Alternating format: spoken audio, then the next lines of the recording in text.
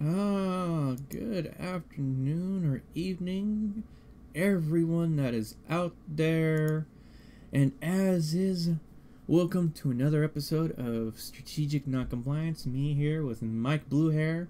Mike, you're able to hear me, right? Just making sure. Yeah, man, I'm ready to do the show. Let's make it happen and stuff and things and other things. Yeah. Oh, yeah. Oh, and what's going to be fun with this one is we'll talk about our some past enjoyments with Troll Time, but oh man, it is definitely the calm before the storm. Tomorrow is going to be the open carry protest event over there in Olmos Park. I can't wait to see what happens. What about you, Mike? You know, if this municipality had the brains God gave a turnip, they would put their cops on notice and make them behave themselves and mind their P's and Q's during this protest and remain very calm and measured in their response if they were smart about it.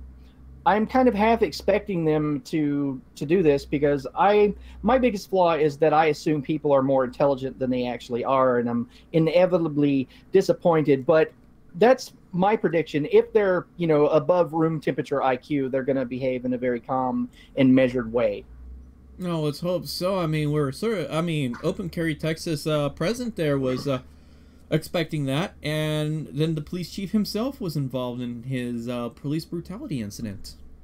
So, right. I mean, if snatching a protest out of someone's hand and pinning them to the ground and, not immediately, just even hiring or tolerating officers that would make comments about raping women on his force is any kind of indicator of the leadership of that police outfit. I'm not hopeful. Hopefully there's someone on city council that has given them some sort of an administrative talking to, and hopefully they're calm and they're not confrontational. Yeah. Let's see here. I need to double check because I think my settings have yeah, why do they keep resetting here? Alright, that should fix that. Anyway, let us go ahead. As always, our intro music is generally from TechnoAxe. We do play a few other people's royalty-free music that allows us to do stuff. Remember, if you like some royalty-free stuff for YouTube, your YouTube videos and live streaming, make sure you check out TechnoAxe there. But, as is, let's go ahead and jump into Open Carry's Texas thing there, where they talk about what to expect tomorrow. And this was uploaded onto SexyPrez channel here, so. How you doing, guys? Hope everybody's ready for the big day tomorrow. I sure am. It can't get here fast enough for me. Ready for the big day tomorrow. I sure am. It can't get here fast enough for me. First, I want to explain to you why we waited this long to put this video out. And it really comes down to all week long, we've been getting information. I don't really want to say too much more than that because I don't want to give away our piano. Is looking at every possible way that he can throw a monkey wrench into our program. So I didn't want to give him any kind of advance notice of what we were up to until it was really too late for him to really try and do anything. So that's why we decided to wait until now to put this out. And I just wanted you to know that. So let's jump into things. The first thing I want to tell you is I want you to remember, guys, we're the good guys. Valenciano and his band of whatever you call them, they're not police officers. They're the bad guys. We are not. We're the good guys. We're fighting for what's right. We're doing what's right. So when we go down there tomorrow, we need to behave like the good guys. And specifically what I'm talking about is 95% of the comments, the messages, the feedback that we've gotten from this has been really good. But about 5%, maybe less, just a very small part, but a certain amount, has been from people that made it crystal clear that they intend to come down there and start trouble. Well, if you're one of those people that intends to come down there and start trouble, stay the hell away from us. We're not going down there to pick a fight with this guy. We're not going down there to see what we can make happen other than the right thing. We are trying to make him do the right thing. We're trying to make him follow the law. We may have to respond to something that he does, but we're not going down there to start any trouble. I want to make that crystal clear. And if you're one of the people that intends to do that, go have your own event, but stay the hell away from us, period. Okay, let's get into some specific information. Parking and the rally point. The rally point is going to be at 3898 Howard Street. That's right on the corner of Howard and Odell. There's a triangular shaped kind of a field there, and on the north side of that field is city-owned property, so we can be there. We can assemble on that piece of land, and that's where we're going to get together at. That's where the rally point is. It's just a couple of blocks from where we're going to start off at, which is the corner, the exact same corner where Jim and CJ got attacked. So 3898 Howard Street. Look that up on your GPS, and it's really easy to find. From North Star Mall, 410 on the north side, you just get off at McCullough and head south. Go down to, I think it's Dora. Take a right, take a left on North Main, and boom, you're on Odell, and there it is. So look that up, 3898 Howard Street. The parking is going to be curbside parking on the streets right around there, specifically Earl, Howard, and North Main. Now, we'll have people out there to direct you to where the parking is. There's a ton of parking. There's probably enough parking for 300 cars between all of the areas. Again, that's Earl Street, Howard Street, and North Main Street. There's some on Odell and some of the other cross streets, but those three, Earl, Howard, and North Main, are mainly commercial-ish type streets, and there's free curbside parking. It's not no parking zones. It's just right there. Nobody's going to get towed. We have all of that ironed out, and it's really, really close. It's 2 or 3 blocks away from the rally point. It's 2 or 3 blocks away from where we're starting off. So that's it. We do have some alternate locations, some backup plans. I'm not going to announce that here because I don't want to give Valenciano a heads up. But we do have them. And so if anything goes wrong, anything at all, we have actually 2 backup plans.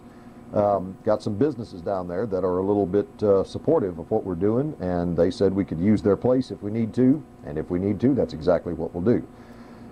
So just bear that in mind. Before we get started at the event tomorrow, we're going to have a short pre-event briefing. There's going to be some stuff that I'm not going to announce on the internet at all because I don't want him to know it, such as our route, our particular route that we're going to take. I don't want him to be able to get in position because we have heard through the grapevine that he's going to actually try and block us out of his little town. If you can believe that. This un-American bastard thinks that it's the old days of get out of town. Well, he's going to find out that it's not. So we're going to have this pre-event briefing. That's where all the details will be revealed. Anybody that has any questions can ask them then, and we'll just get everything settled, get all the I's dotted and all the T's crossed, and go get this thing done. I can tell you that we do plan to wind up at the Olmos Park City Hall. We'll just leave it at that. Now, something specific that I wanted to talk about just to give folks an idea. And remember, this is just what I'm doing. Everybody's a grown-up. Carry what you want the way you want to. I'm just going to tell you what I'm doing.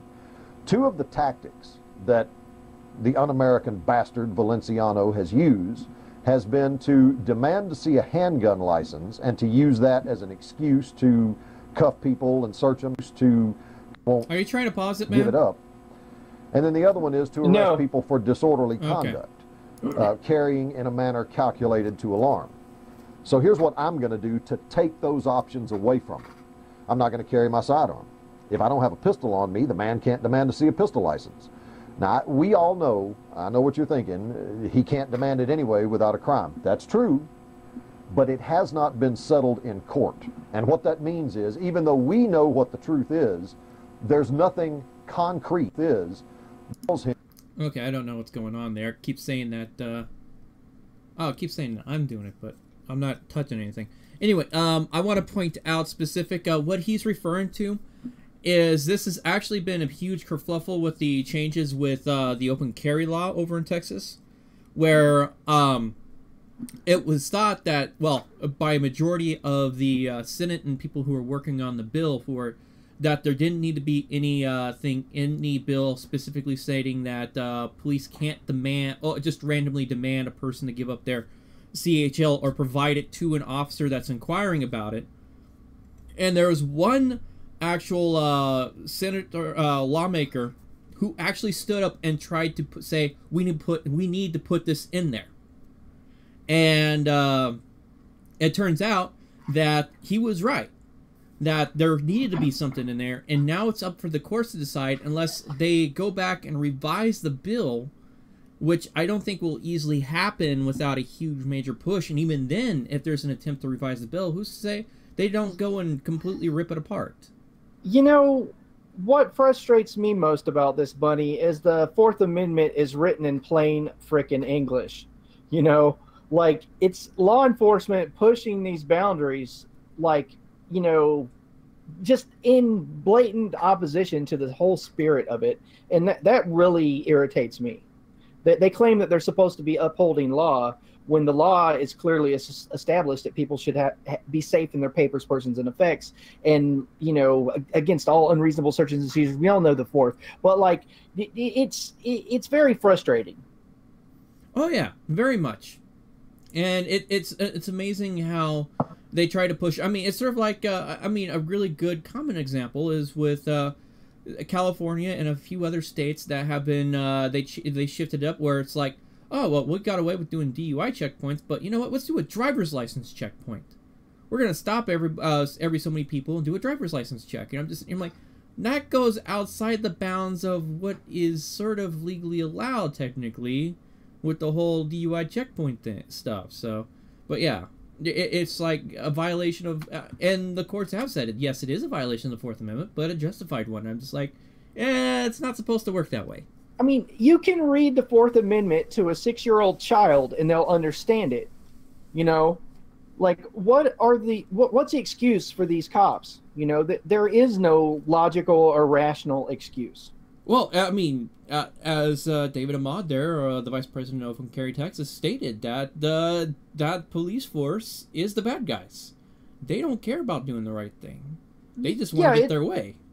It's willful ignorance on their part, you know, obviously. Yeah. And I'm wondering, is the police department, well, is the police even going to attempt to push that issue with, because I'm pretty sure there's going to be a few people that will be open carrying a handgun. And I'm wondering how that's all going to go down. Without a doubt, I know there's going to be people there that will probably push that specific issue. But let's go ahead and continue here. You can't do that.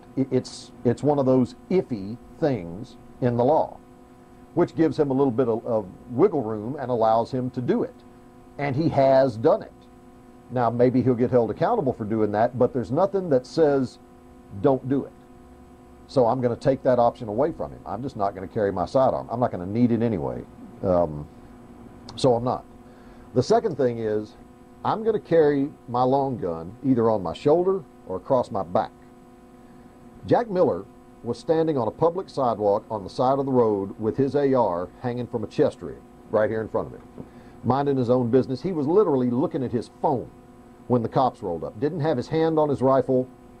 He was doing what we've done 1,000 other times before. But he was arrested and charged, and is still charged with disorderly conduct, carrying in a manner calculated to alarm. We all know that charge is going to get thrown out, but he still went to jail, and he still had to bond out. It was still something that Valenciano, the un-American bastard, used the un-American bastard, Jack in handcuffs and stick him in a squad car and go stick him. Okay, dude, what are you touching? Because you're making it go back and forth.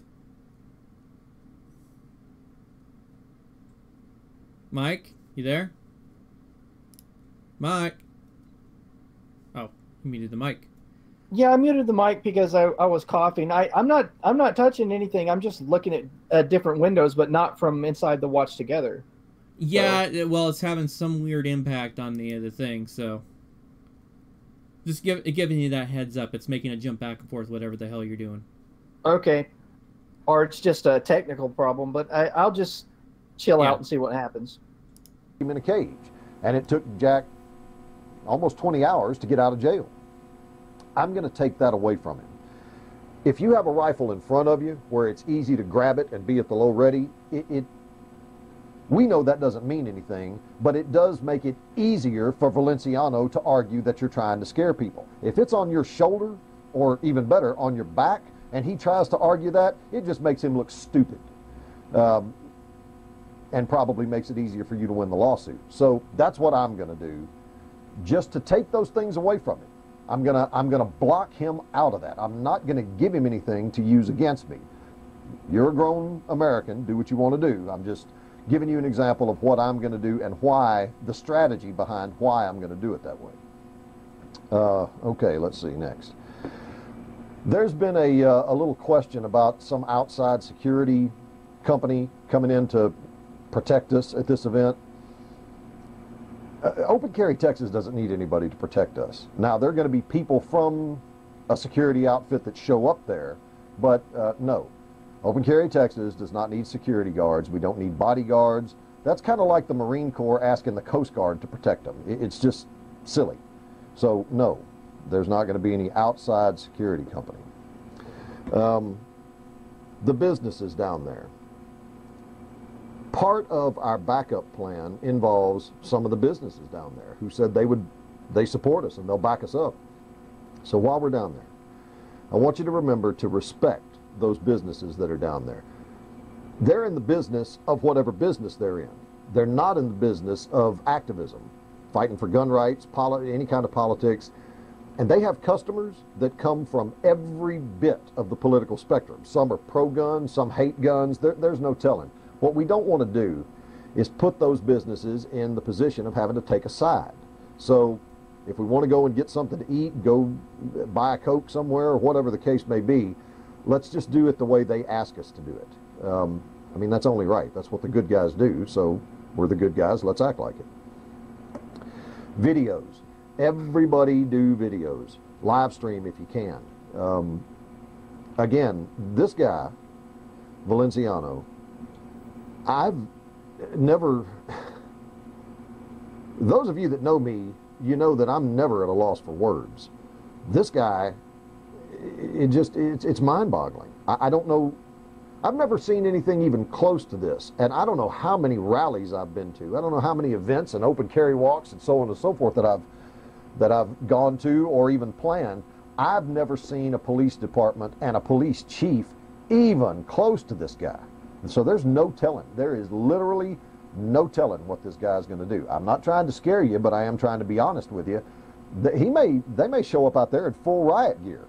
For all I know, we do know that they've enlisted or attempted to enlist the help of several other law enforcement agencies around there. Funny thing, 2 of them said, no, we're not helping you. We don't want any part of this crap. And then some others are going to be in the area, sort of on standby, but not necessarily to support him. They're going to be there to support what's right. Bunny, I'm trying to pause it. Okay. But anyway, I paused it. What did you guys say? It's very telling when other law enforcement agencies are not cooperating. It shows that this, Valenciano guy is just off the hook. It's very telling. Usually they're more than willing to step in and go to a protest in another county or at another agency for the juicy overtime. Now, when police are when agencies are turning down overtime pay, when their base pay is so high for law enforcement, that is saying something. That is quite a statement, and that's all I want to say. Okay, I'll hit play again. He has sent out the bat signal. He's calling for help. And who knows who all's going to show up. I have no idea how many men he's going to have at his disposal and what they're going to do. They may do nothing. We may not even see them. Or they may show up out there in full riot gear and tell us that we can't come into their little town. So be ready to do videos. This guy's already got 2 definite lawsuits coming, an almost definite 3rd, and probably a 4th. If we could add a whole bunch more to that, because we have video proof that he's out there breaking the law himself, that just makes it that much more likely that he gets out of the law enforcement profession, which is precisely where he needs to be. That guy, He doesn't need to be the dog catcher. So anyway, do videos, and if you can, live stream. That's going to be pretty important. Again, we're going to have a short pre-op briefing tomorrow, just to lay out the details for everybody, and that's where most of the questions will get answered. If you have any questions, I want you to remember something. I'm pretty busy trying to organize all this, so don't send me a message with a tiny little unimportant detail. But if you have something that's really important that you just absolutely have to know, you're welcome to send me a private message, and if I can, I'll answer it. Otherwise, the better thing to do would be to just wait until tomorrow, because I'll be there. Rick Briscoe will be there. A lot of the OCT people are going to be there, and we can nail everything down then. We have all the details down. I don't Valenciano know what we're up to. So we'll reveal everything tomorrow at the briefing, and then we'll go out and get this thing done. So I'm pretty tired. I'm going to try and get some rest, and I will see you guys tomorrow. There you have it, from Open Carry Texas directly. And yeah, whatever the hell keys you're hitting over there to switch tabs is actually screwing with the watch together. So, is it making it stop? No, you're making it skip back like about 2 or 3 seconds. Yeah, that's a computer glitch. I need to be able to switch windows so I can actually do the show. So like, that's a problem, because I'm even on other tabs, you know, like in a different window. That's ridiculous. Yeah, I know. As I said, everything's it's all a marriage of mishmash technology that I have assembled, and I'm still trying to figure out how to get it to work properly with people that are not technically savvy. So, but go ahead, Mike. Well, I want to get back to the point I was making, is that other municipalities are passing over overtime pay for this, and they're not showing up. He said he knows of 2 agencies that said they didn't want any part of this. That's very telling. You know, that's very, very telling that this cop and this municipality is unequivocally in the wrong. Oh, well, and the thing is it seems to be a big problem too, and not just with the police department. It seems there's also a little bit of a problem with the community too, in general at large. We'll sort of get a little bit into that here, and shortly after a few more things here. But yeah, there's definitely a telling issue with that police department, and without a doubt, yeah, there's multiple lawsuits, and this is actually a very small municipality.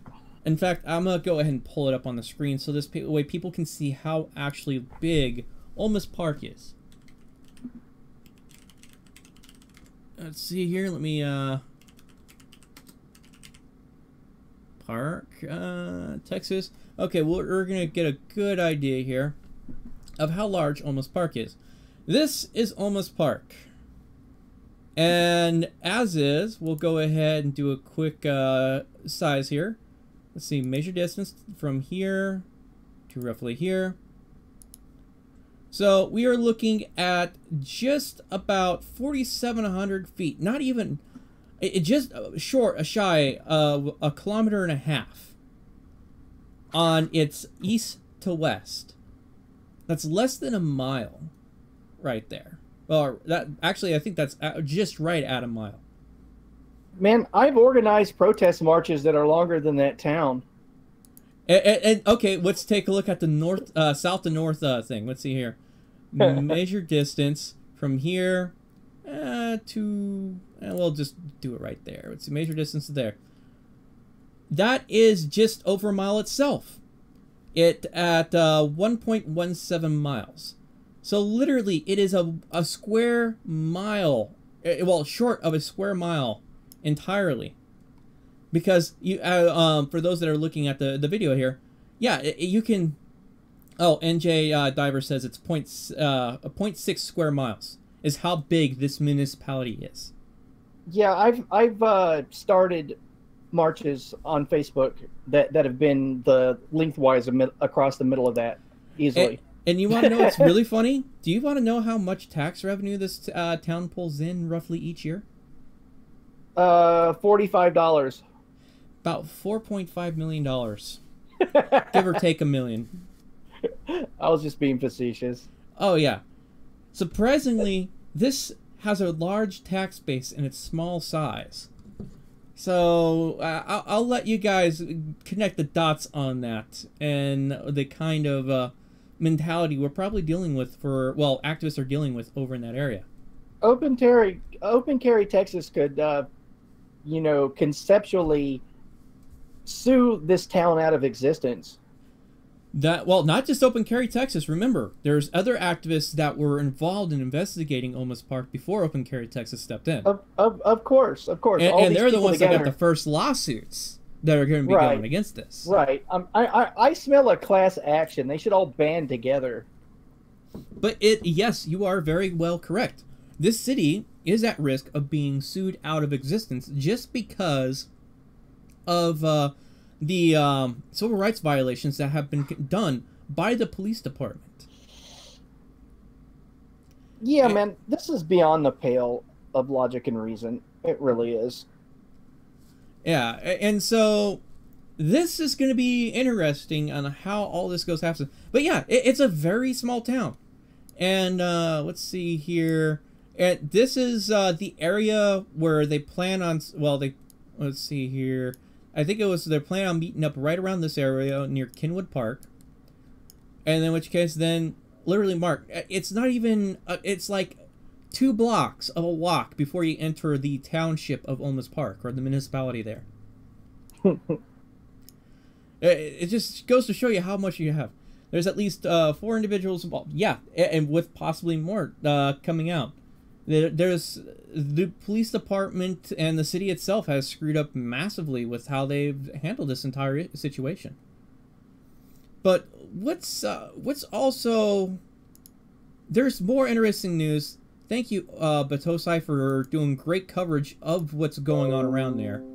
I'm gonna go ahead and load this next part up because this is important information.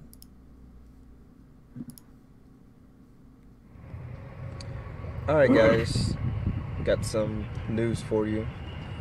So Hollywood Park, which is also located in the San Antonio city limits, it's probably on the outside of it, they also had a similar ordinance that was almost word for word with Olmos Park and city of Alamo Heights. Just this Tuesday they repealed their ordinance, so that's a total of 3 cities that have removed their ordinance prohibiting people from carrying long guns unless you're an authorized police officer. So that's another breaking news. The open carry rally is still going to be in the works. It's still planned. It's still going to be planned. It's not canceled. Just because they repealed the ordinance doesn't mean the rally is going to be canceled. So far, it looks like over 800 people are going to be there, and it's going to be big. I'll include an article in the description box below for you guys to read. It's a very in-depth article, so if you guys want to check it out, you can. For those of you that are interested in a rally, it's going to be April 7th at noon. If you guys are interested, or if you guys are looking for details, just message me. Either email me or message me on Facebook or YouTube, and I'll get back to you on where we're going to be meeting at. I don't know if I am going to definitely record. Possibly may even have my drone in the sky just to keep a lookout from above. But, you know, this is it changed. Dude, come on, man. I'm not doing anything. Really? You're not touching it? It's just doing that on its own? Nope. I'm in a different browser. I'm on Google Chrome right now, and the Watch Together is on Firefox. Strange. Anyway, yeah, man. Okay. It gave the basic overview. Pretty much, there's been San Antonio also has a similar ordinance, similar kind of ordinance dealing with around in the chamber, but they all have these. There's several townships in municipalities around the surrounding area, including San Antonio, that have firearms ordinances that violate state law. Because the way the state law is set up is there can't be a county ordinance or a municipal ordinance that supersedes the state statute. It's written right in it. Sure. And that has been a big issue with Olmos Park initially. Something else, yeah, Bunny? go ahead. Yeah. Yeah, you know, you have to challenge it in the courts, but, you know, city ordinances can't trump federal law either. And federally, the Fourth Amendment says that, you know, you're safe and secure in your papers, persons, houses, and effects, and all that fun stuff. You know, and the whole city ordinance about having a round in the chamber, they have to open the weapon and clear it, stick their hand in there, and look for the bullet. So that's clearly a Fourth Amendment violation. So it's ridiculous on that, in that aspect as well. Oh yeah, and that was part of the arguments being used against San Antonio 2 years ago, when Open Carry Texas was challenging them on that ordinance. Now, the ordinance is still on the books, but they have stated we're no longer going to enforce it. But it's still on the books. And who's to say that some police officer further down the line in a couple of years decides, I'm going to go ahead and enforce this non-usable law that's not valid in order to get my way for a search?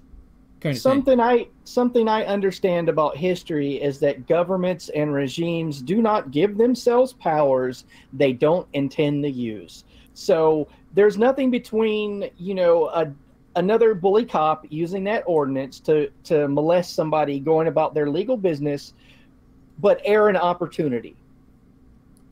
Yeah. That's the only thing between them is air an opportunity. Yeah, and so it's an ongoing issue, and even then, here's the funny part: all the people that have been arrested have not been arrested because for that ordinance itself. They've been arrested and charged underneath other charges. So the big question is okay, we just got rid of this ordinance. It does not fix the issue at all. You still have a corrupt police department that's going after people that are open carrying and stuff like that. But no, go ahead. Oh, it's really funny. We were talking about AIs and robots censoring the internet. I'm getting another message through Steemit by a robot called Cheetah telling me that this live broadcast is possibly spam or plagiarized from someone else. So it's trying to tell me that I'm plagiarizing my own work right now. It's kind of funny. Yeah, quite interesting. But as is, it's very it's very telling of the situation.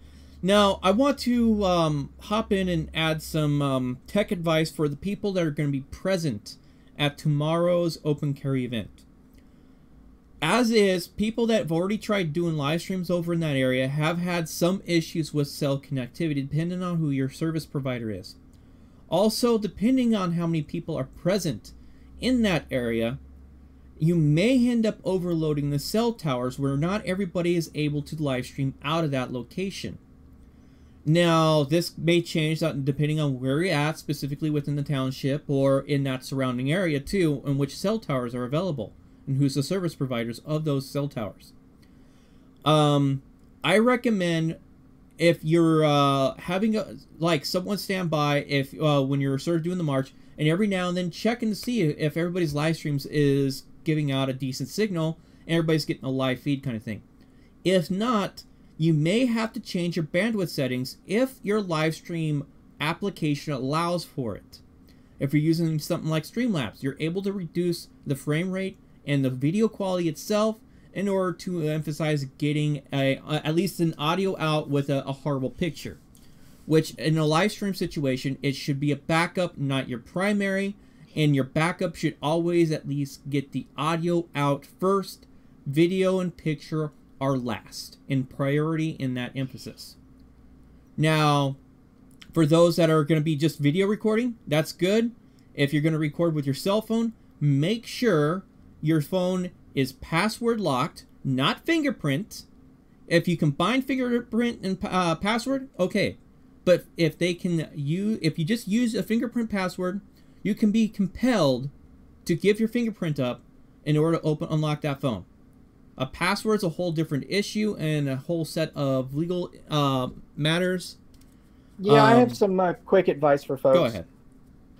If you're live streaming or just recording with an iPhone, you need to go into your settings or just Google or search YouTube for how to enable something called guided access.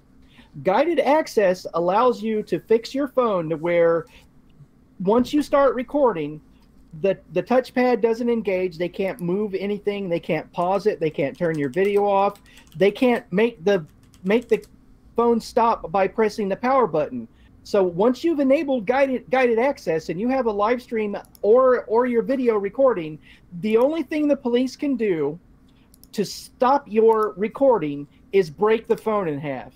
So enable guided access if you're using an iPhone. It's very important. Yeah, and for some reason DuckDuckGo is not wanting to load up, probably because I'm using so much bandwidth. But yeah, the guided access thing is an important aspect of the iPhone stuff. With Android, there isn't anything like that to my knowledge. Maybe there will be something in the future. But the best thing you can do is use a recording app or a live streaming app or something like that that is allows you to record or live stream with the phone being with the screen turned off and in a locked position. Most Android phones are able to do that with Streamlabs, but I've had issues with my latest phone, so it might not work across the board. Always check your equipment before you go out there and actually do a live stream or record stuff. Make sure your memory cards are working, make sure your camera's recording, make sure your batteries are charged. Always prep your stuff and check it before you go out. That's my little P's and Q's on there. Anything else you want to add, Mike? No, man. One important thing that I see a lot of people that haven't done a lot of cop watching or a lot of auditing do is they bunch up. They stand together in a group, and you need to spread out. If you want to cover each other and protect each other, you need to, best thing to do is stand all the way across the street from the person you're covering, or at least, 8 or 10 yards away from them. That way, your whole body from at least, you want to cover your partner's body from their calves to the top of their head. You want to be able to shoot all of that video, because that way you're clearly making sure that your actions and your partner's actions are documented. And I've seen that used against people where people are bunched up together and the cops walk really close to you and then they'll put their hands on you because they know that the camera is not going to show the cop pushing on you if you're just holding your camera, shoulder height. But if you spread out, you're just getting more bang for your buck. You're documenting everything in a better way. Yeah, and I mean, as is, your field of view is very important. Well, the camera's field of view is very important. And when it comes down to it, there's a reason why I purchased a 360 camera. It is to cover as much of the scene as possible that I'm dealing with for an interaction. And it does a really good job of at least covering like the upper portion of my body and all that stuff. And when it comes to like my spring-filled arrest, when I'm able to release that footage when I get my hands on it, after I get my hands on it, there's going to be a lot of information that you're going to be able to see with just how that went down. Just sort of like when with the San Antonio airport, how you could see a lot more of what's going on that was directly around me, kind of stuff. There is a couple things I'd like to tell people that might be helpful as well. Okay. If you're ever told by a law enforcement officer to step back, best thing to do is to point the camera at your feet and take 2 steps backwards. Then level your camera. If they ever put their hands on you, it's important to aim your camera down, put it on your chest, literally touch the camera to your body, because then you're shooting from all the way down the length of your body, and you'll get the officer's hands on you. I don't know how many times I've seen videos where activists were out there and they were holding their camera, shoulder parallel to the ground and shoulder height, and a cop grabs them, and then they start yelling about, well, I have you on video grabbing me. No, you don't. You don't have them on video grabbing you. And they're going to get away with in court saying, well, there's no proof that the officer touched you. So literally put the camera on your chest and point it downwards if they grab you, if they touch you. Yeah, well, if they grab you at all, point the camera at that specific moment when that hand touches you. Right, just below your neck. Just put the camera on your chest and aim it downward. You'll catch their hands on you. Yeah. But anyway, we might as well go into the next part here that I wanted to cover, and that is dealing with this interesting thing from public radio, local ordinance repeal stir open carry debate in San Antonio. And they have Rick Briscoe from Open Carry, Texas, legislative director, who's being interviewed. And this interview is quite telling. Now, I have to do a little bit of shenanigans with my audio settings and all that stuff, so this way it can be heard, so this way Mike can hear it and all that. But let me get my voice meter set up here. There we go. Alright, so what I'm going to have to do is I'm going to hit play on this. You'll hear double speak for a moment, but that I have to have a chance to turn off the mics when this starts playing, at least for my side of things, so this way you guys are not getting it reverberated audio. So here we go.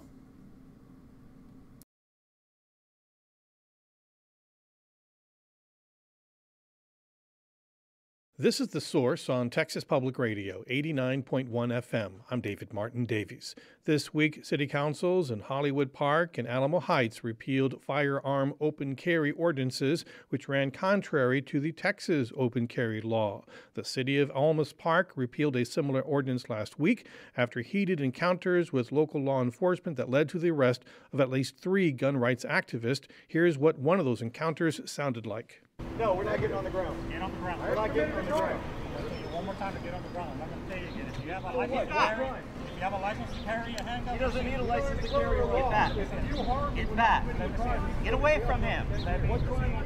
You're interfering with the duties right now. You have no duty to this law.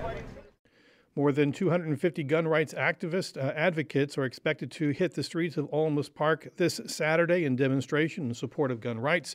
How is the Second Amendment being discussed in our community? How do local issues fit into the nationwide debate on guns? We're joined by Rick Briscoe. He's the legislative director for Open Carry, Texas, and the number to call in is 210-614-8980.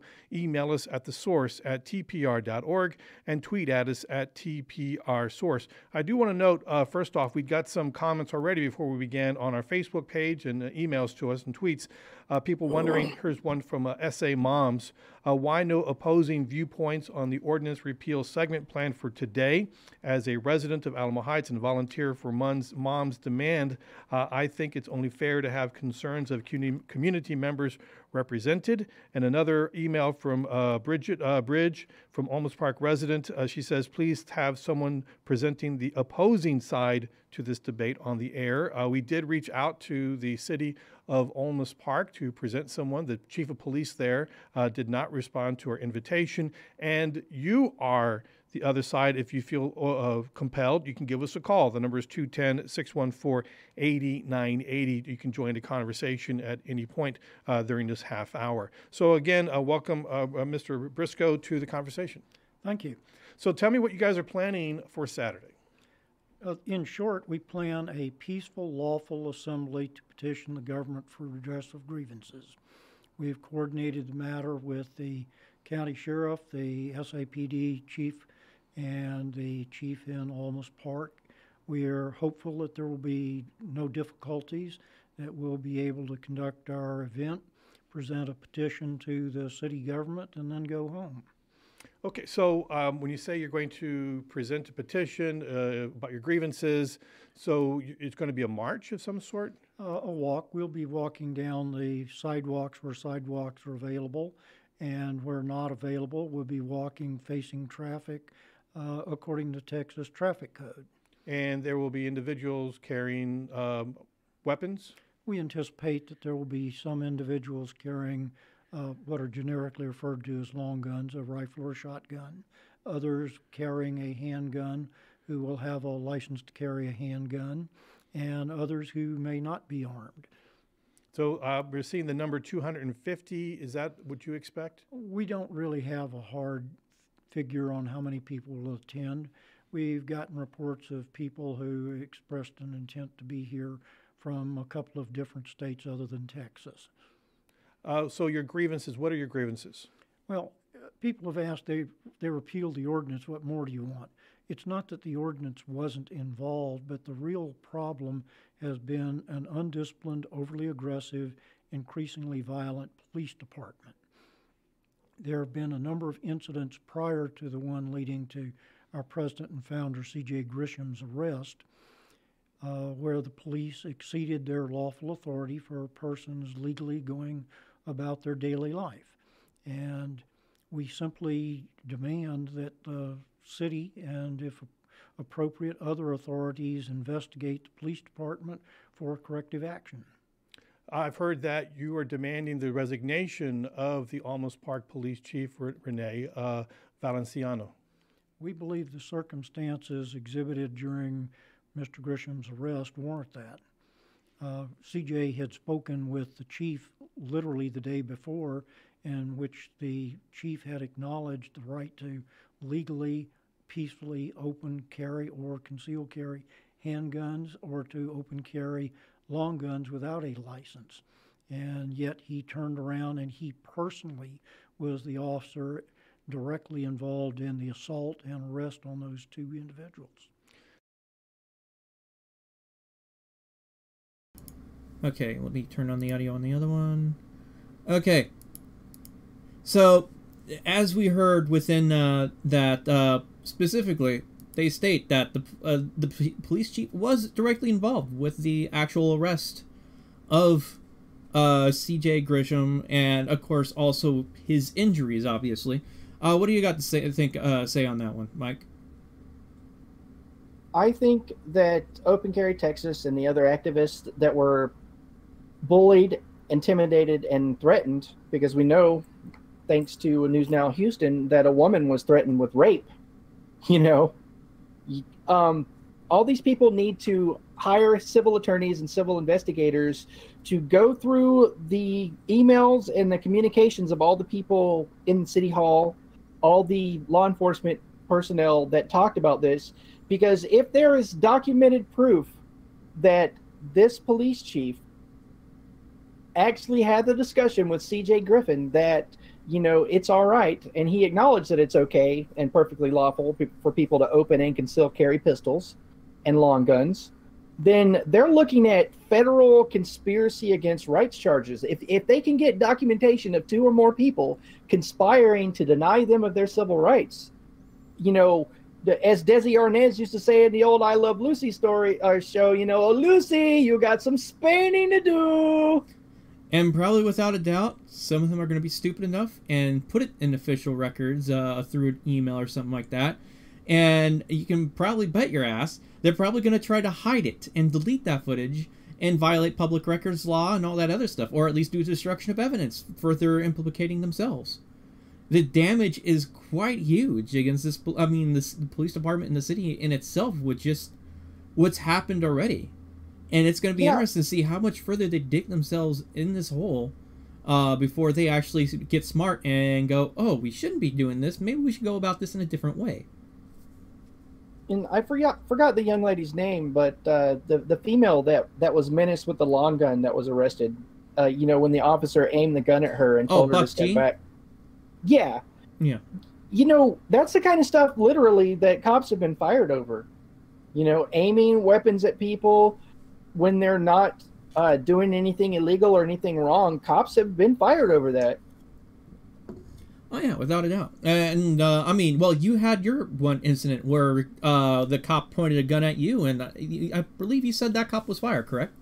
Fired from the police department? Yeah. Officer Ray Elbers of St. Anne Police Department was pressured out of his job, and he had his state bonding license taken away to be a law enforcement officer. That happened when I was out covering the civil unrest after the Mike Brown shooting and the stuff at Ferguson and all that. But it wasn't just me. He aimed it at myself, a live streamer, the Infowars.com crew, 2 or 3 other corporate news crews as well, because he scanned the whole horizontal plane. And the thing he said was just so ridiculous. He just turned himself into a meme immediately, because he's aiming his long rifle, it's his AR variant, around at various people in the crowd, like just spinning like he's playing a video game looking for a target. And he pauses on this kid. He couldn't be more than like 18. He looked like he's between 17 and 20. This black kid, and says, "Get back or I'll effing kill you." And Yeah. and I pan the camera over the kid. I heard that. He just threatened to kill you. And then someone asked the officer, asked Ray Elbers, or Elbies, I can't remember how to pronounce his name, but it's in my channel. You can dig back through it, people. But someone asked him what his name is, and the cop replied by saying, "My name is Go F Yourself." And they're like, "Okay, officer, go F yourself." So if you Google "Go F Yourself," but spell out the word, fornication without the consent of the king or whatever, you will find all these myriad videos of Elbers threatening to murder someone. So when cops do menace people with weapons, sometimes they do get fired. I was the state's star witness, the state of Missouri, against Elbers in court, and I'm happy. If I were a fighter pilot, that would be my first kill on the side of my airplane. Yeah, I helped get a cop fired, proudly. Yeah, the true job ender for sure. And I mean, as is, other activists have had not quite as dramatic, but similar instances of catching bad officers in conduct, and that footage and being used to remove that officer from their position. All right, let's go ahead and continue on with this, because it's going to get a little bit more telling once we get into the public Q&A. But there is some very interesting and important questions that gets asked of the person that's being interviewed here.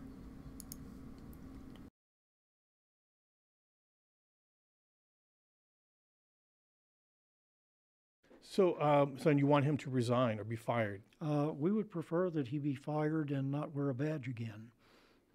Now, the video is on YouTube. Anyone can watch the video. And so when I see that video, I see some activists who have these, I don't know what kind of weapons they are. They look like AR-15 type guns, and they have them on their bodies. And the police roll up, and the police tell them to show us your hands. And then it just kind of goes sideways from there. A lot of yelling, a lot of name calling. Thankfully, no one ever pulled a trigger in that encounter. Well, I'll concur that it's good that the police didn't kill anybody. Or anyone killed anybody. I mean, I don't want anyone to kill anybody. But everyone had guns. Give me a sec here. Let me... Okay. So, how many of you picked up that? What the interviewer was just doing there? And I think my chat thing just froze up. Mike, you there? Did you pick up on what exactly what just happened? Yeah, but I'm just interested in your interpretation, though.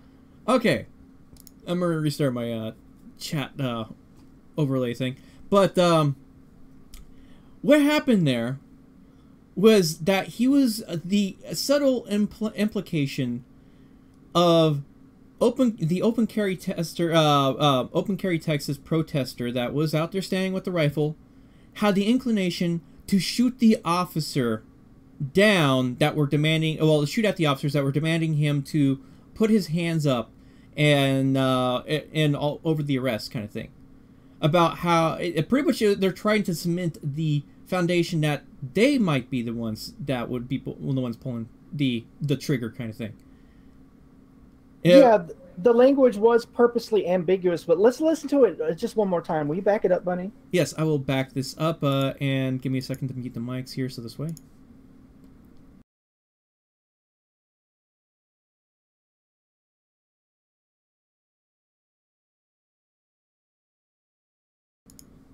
Hold on, give me a sec here. I have to pull some shenanigans with this. Give me a second here. That's right. There's no one in danger from... No one ever pulled a trigger. And there, a lot of yelling, a lot of... Okay, well, let me get this where you guys are not going to hear double speak, and then I'll hit play again. Name calling. Thankfully, no one ever pulled a trigger in that encounter. Well, I'll concur that it's good that the police didn't kill anybody. Or anyone killed anybody. I mean, I don't want anyone to kill anybody. But everyone had guns, right? There was no one in danger from our people. Okay. There you go, Mike. Okay, so the implication was made, you know, that there could have been some sort of violence from the open carry people. But the videos, if you look at the videos, they clearly demonstrate the police aiming weapons at people, even a woman with a camera, and slapping the camera out of her hand. You know, like, if you were to aim a weapon at a law enforcement officer, you will die in America. That's just reality.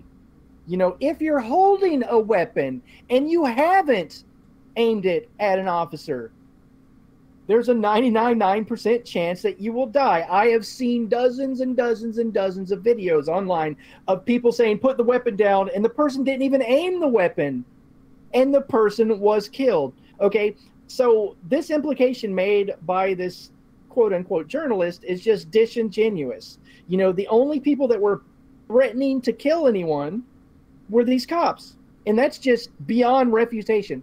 You know, like beyond any refutation of the facts, that this is just the truth. Anybody can see the videos, and that's just crazy. Yeah, it's very disingenuous that he's implying that the people who are doing the open carry protest are the violent ones. In 99% of the time, the people that are doing open carry protests are peaceful and not openly threatening anybody. 99% of the time. There are those few outliers that will cause problems and do all kinds of bullshit. It's been documented in the past. But for the most part, the people that are doing this, they're going there with a set reason. They're not going to go and screw it up by sitting there and threatening people and pulling their guns and pointing it at everybody. You know, I have something I have to say. When you read any case, you know, the court transcripts or look at the news stories about any shooting that involves the police, many times people can be killed by police because the person made a furtive movement. And that means a movement that could have been like at their waistline. You know, his arm moved towards his waistline. He could have had a weapon, so I had to protect myself. But on the flip side of that, cops are allowed complete impunity to aim weapons at people. You know, it's crazy making. Something that happened when I was out at Malheur covering the Bundy folks and the militia people, the right-wing folks that took over that bird refuge out in Bend? rural Oregon. It was Malheur County. It was yeah, it's over there by Bend, Oregon, I think is actually the name of the town. It's the closest actual large town near the well, actually no, it's really small, and I don't remember the name of the town itself. But anywho, like, here's what happened when I was filming Pete Santilli's arrest. This Texas, no, it wasn't Texas. It was there was people there from all over the country. So I get from multi agencies. There's like 28 agencies represented of law enforcement groups. But after Pete was taken into custody, the officer is walking with me back to the SUV I got out of, and he has a tactical flashlight on the end of his AR. And he levels it up at the people's chest inside the vehicle and sweeps side to side. And I'm like, sir, please stop aiming weapons at people. And without skipping a beat, the cop says, I'm not aiming weapons at people. Like, as he's aiming a weapon at, you know, a woman's chest. The crazy screwed up kind of logic that you know, translating pig to English is amazing. And like trying to understand, watching the way their minds work, it's just really creepy. Yeah. All right. Well, so let's go ahead and continue. It's going to be quite interesting to listen to a response from Open Carry Texas on that.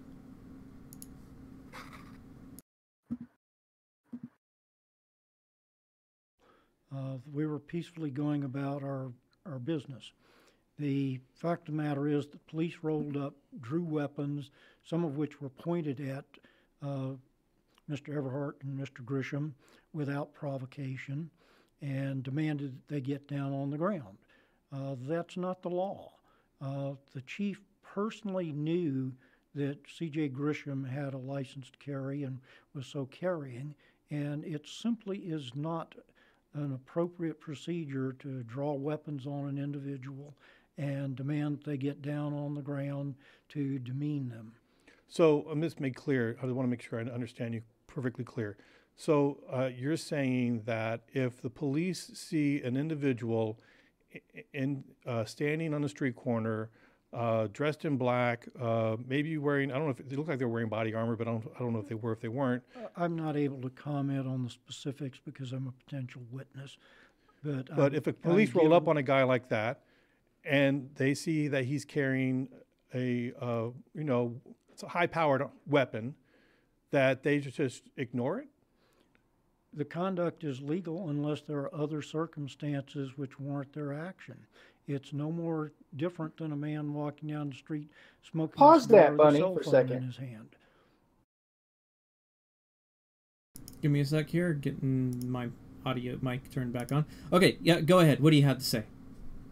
Okay, the journalist is being so disingenuous right here. I mean, his there's a lot of other things that a cop can do besides demand that you lay on the ground at gunpoint. He's like, well, if the person's standing on the corner and they're wearing, I'm presuming, body armor and they're dressed in black, they're trying to describe some kind of video game character or something. And they're like, so, and they're carrying a high-powered weapon. Should police just ignore it? No, you could, start a conversation. Casual conversation is a stage that law enforcement are in when they're not quite sure what's going on. So go over and say, hey, man, what's going on? I'm just curious, you are armed and I'm wondering what you're doing. There's absolutely that's a big difference, like the journalist just saying, ignoring them or throwing them on the ground. There's a whole lot of other options that could be chosen. And that's just dumb. Oh, yeah. The thing is there's a lot of legal ways of going about it that are not intrusive or in your face kind of stuff, like what the police over there in Olmos Park have been doing. Or dehumanizing. I mean, to ask somebody to lay on their face is kind of, worship me. Here are my boots. My boots are dirty, son. I mean, what the hell? Yeah, I love how 007's like, disingenuous journalist, imagine my lack of shock. It just shows you how much distrust that'll actually sort of feed well into our next week's show. So, but we'll go ahead and continue on here.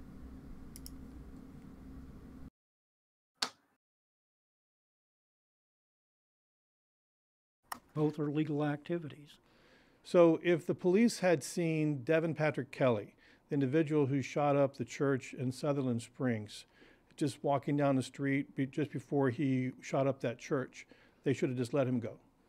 Unless there's a great deal more to that story, and I don't wish to delve into that because it's very complex. Well, there's an officer, he sees a guy with a gun, he doesn't ask him, hey buddy, what's up? That particular event begins with the United States Air Force not properly performing. All the law officer knows is there's a guy there with a gun. Police officer is at liberty to observe. Police officer is at liberty to make a voluntary encounter. I've discussed this with the Sheriff's Association, members of the legislature, and anyone can approach anyone and engage in a conversation. I could walk up to you and strike up a conversation just as a police officer could. Okay, so they're saying, don't say, hey, you, get on the ground.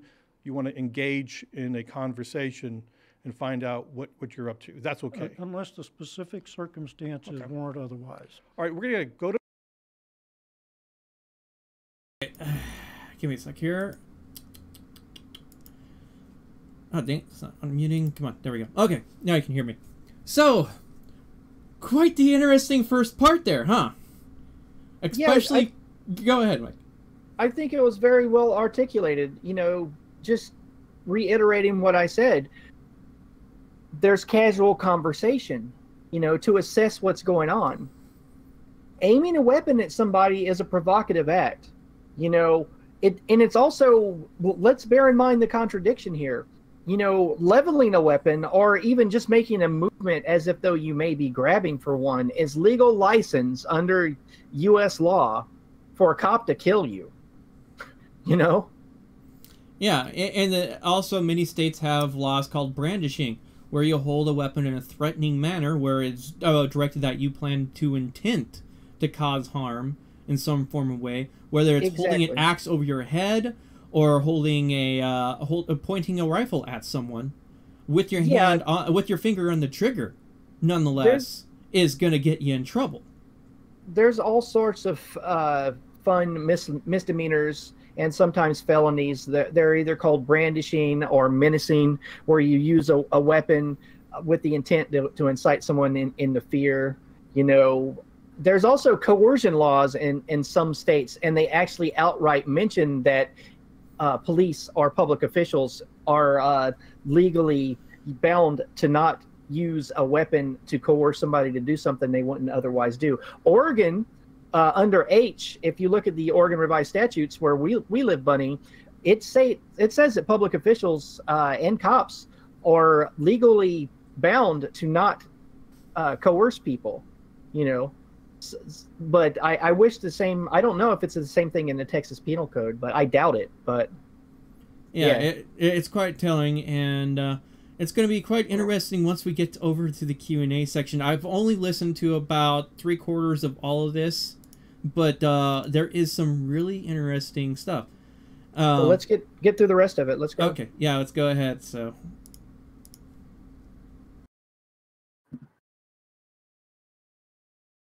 Break. We got phone calls here, 980, and Sarah is on the line. Hi, Sarah. Welcome to The Source. You're on the air. Hi. Thank you so much. Okay, go ahead. I'm a resident of Olmos Park and happened to be driving by during the first incident that you guys are discussing, and I had my children in the car, and even my 8-year-old son was able to recognize how scary it was to see people with, you know, unsavory characters at best, open carrying. And I was very comforted to see the Olmos Park police in action, you know, basically containing the situation. I felt much safer. Had there not been a police officer out there, I would have called one. And I fully support the Olmos Park police basically containing this type of, in my opinion, despicable behavior. Stay out of my neighborhood with your open carry message.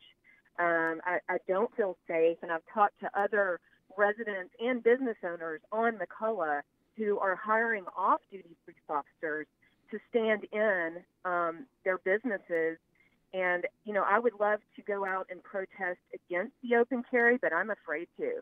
And I will keep my children and anybody that I know, like, we're staying away from McCullough. Sarah, thank you for the call. I appreciate.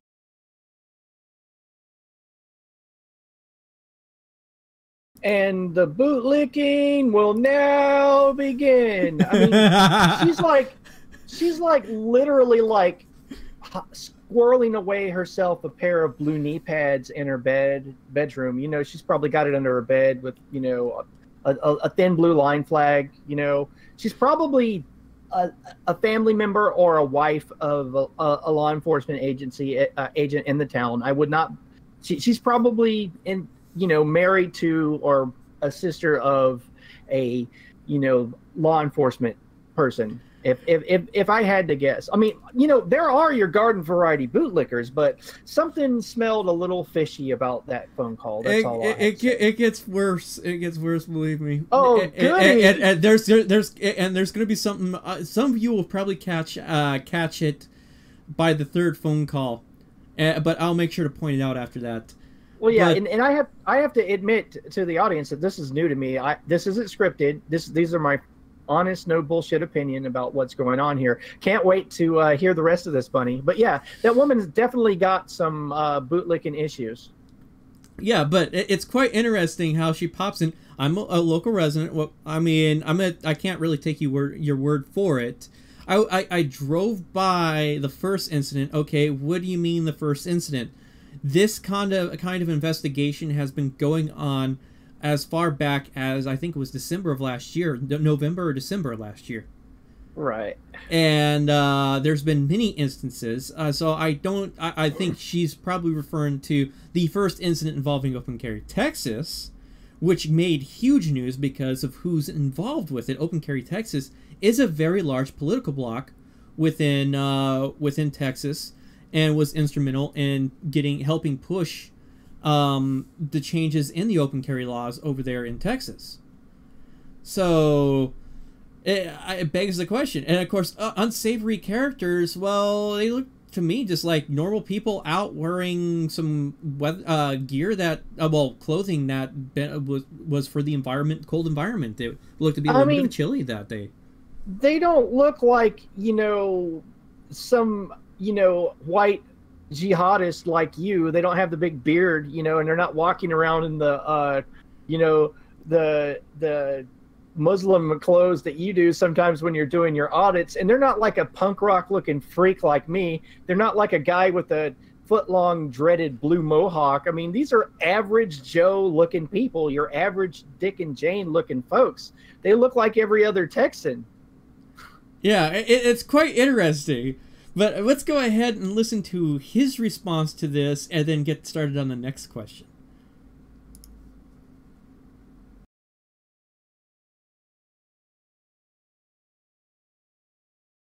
Appreciate that. So let me get to one point that she made. She made a lot of good ones, but let me focus on this one. Should people like Sarah call the police if they see someone walking down the street open carrying? Whether they should or not is a different question of whether they may.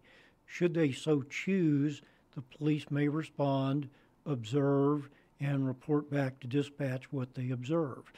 We went through this in January, actually before January of 2016, during the transition to the licensed open carry law for handguns. And the answer is that if the police observe an individual who is not doing anything that is a violation of the law, they may observe if they so wish or go about their business. Law enforcement has real business to do. There are approximately 2 commissioned peace officers per 1,000 population across the state. Obviously, the exact number varies from one jurisdiction to the next. And they've got real work to do against real bad guys. If they observe a man walking down the street smoking a cigar with a gun on his hip and nothing more, that's not against the law. Many of the sheriffs with whom I spoke at a convention that year indicated that unless there was something Bunny, else will you pause that for a which would second? cause them to stop or quit.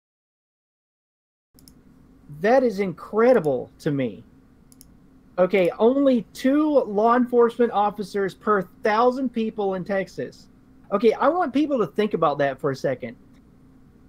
The government is literally at the will of the people.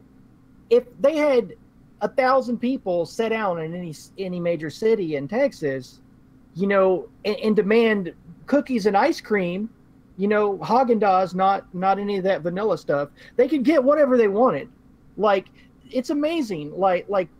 Just that ratio of law enforcement to people, and it says a lot about people's good natures, that society, and it also says about the way that our psychology works as a society, that we're still held together, and we allow the state and the government to intimidate and coerce us is amazing.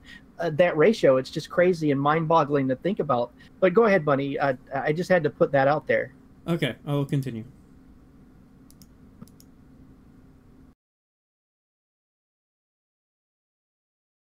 Question that individual, they expect their deputy to get on his way to real work. Okay, got some other callers. This is Becca. Becca, welcome to The Source. You're on the air. Hi, thank you for taking my call. I want to say that I'm a volunteer for Moms Demand Action for Gun Sense in America. It's a gun violence prevention group. And that unlike most, if not all of these gun extremists, I actually live in Alamo Heights. My child goes to school in the Alamo Heights School District. We shop at local businesses in Olmos Park in Alamo Heights. And I support the Second Amendment. But if I see someone open carrying a military-style rifle, I automatically think there's a threat. And I don't want to have to do a threat assessment when I'm running errands. And I really don't want my child to have to. But for me, the issue here goes beyond the debate of preeminence and municipal rights. And the fact is that open carry is a dangerous policy that a majority of the public and law enforcement opposes. When you combine the fact that private sales or the gifting of firearms without a background check is legal in Texas and that the open carry of long arms is unlicensed, we have no way of knowing if the person open carrying a loaded rifle or long gun in public has undergone a background check. And so really, stunts like the forced education demonstration, all they do is they scare the community, they're bad for local businesses, and they create a burden on law enforcement. And our state lawmakers really need to address this issue. Okay, Becca, thank you for the call.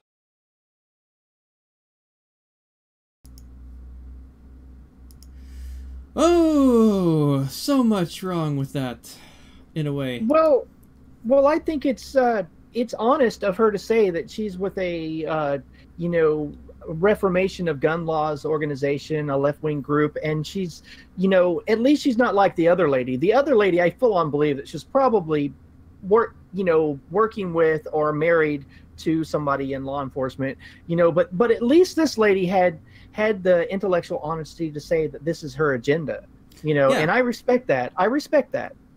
Yeah, I mean, that's the good part about that. But, I mean, the thing is like, to do a threat assessment, well, guess what? These people, I mean, people that aren't open carrying and stuff that are concealed carry, there's people out there that are concealed carrying illegally every day. You don't even realize it. Because they don't whip out their weapons and stuff like that. And for the most part, they're doing you a favor. Okay, that guy's got a rifle. Okay, so there you go. You're aware of it. You have a better awareness of the situation around you versus when people are concealed carrying, in which case you don't even know. Now, it's not a threat assessment at that point. It becomes of, okay, I know you're being open about with your walking around with your rifle. I know you're armed. Okay. That just makes you more aware of the situation. For me, this is more, I don't want to feel like I'm under constant assault. I don't want to feel like I have to deal with all these people walking around with weapons when there's people probably walking around you all the time with weapons that are concealed and possibly legal who can't legally carry in the first place. A lot of things come to mind, but I do want to say this. Okay. It's not incumbent on law enforcement to protect you, dear citizens. There's, a handful of Supreme Court decisions that you can show from all around the country that people have complained, oh, the police didn't help me, or they didn't get there in time, or they let my cousin or my sister or my wife get killed. Well, here's the thing. Police have immunity from any legal responsibility of defending human life. So if a cop doesn't help you, and there's only, 2 cops for every 1,000 Texans, wrap your brains around this, Texans. Okay, your self-defense ultimately is in your hands. All this BS in our culture about we're safe because cops put their lives on the line every day to defend us is complete and utter. Well, the words, the combination word starts with a B and ends with an S. It's incredible to me. It's incredible. I mean, look, if a cop, if a cop doesn't show up and someone mugs me on the street and then I call the cops afterwards, the cop can't miracle money back in my pocket and they can't wave their badge in the air and somehow make the lump on my head diminish. I mean, you people need to, leave Fantasyland. The Magic Kingdom. Tinkerbell and little elves aren't real. The Easter Bunny isn't real. Santa, Santa's not going to go down your chimney and kick burglars out of your house either. I mean, these people are completely delusional. Yeah. Well, you're going to like my response to this question here that she had to say. Well, with her statement there. Can't wait. She's going on about the rifle part. How many times have we heard sort of similar with cameras? With people openly recording in public? Especially when, maybe there's kids around and stuff like that. I don't know what you're going to be doing with that video footage. I don't want you recording me, blah, blah, blah, blah. This same kind of argument has also been applied to other issues within civil rights. Specifically with video cameras. Especially if you're recording where maybe there possibly will be kids present, or maybe there just happens to be a gaggle of kids nearby. Or what if you're at a park or something like that recording your own kids or whatever, yeah. Absolutely, Bunny. And, you know, I think it's really funny. I think it's really funny that your average American thinks it's perfectly okay for the government to spy on them. It's perfectly okay for big corporations to spy on them. It's perfectly okay for the FBI's program Carnivore to read through everyone's emails and flag everything according to keywords. It's perfectly okay for the fine print in your Facebook and all your other social medias that states that they will forward information that seems suspect to the federal authorities. You're perfectly all right with that. But if another citizen happens to have a video camera in some area that your quote unquote protectors, you know, work in, then all of a sudden you're offended, you're upset, you're complaining. I think it's willfully ignorance that or it's willful ignorance on a scale that's almost hard to comprehend. That yes, when Bunny was most arrested recently, there was the implication made by the cops that there's kids around. You know, I was filming school kids and all that stuff, which still is perfectly legal to do in all 50 states. But yeah, continue with your argument. Sure. My argument is simply this. It's okay in most people's minds that government surveil their children. You know, there's some schools with cameras, you know, all throughout the whole schools, and everybody's great with it. Well, here's the thing. If you look at the statistics of kids in government care, you're like dozens of times more likely to be molested, you know, raped as a child in the foster care system than in any other kind of living environment. You know, so perverts that are part of government are literally molesting more of your children than any other demographic. And that is pretty freaking disturbing.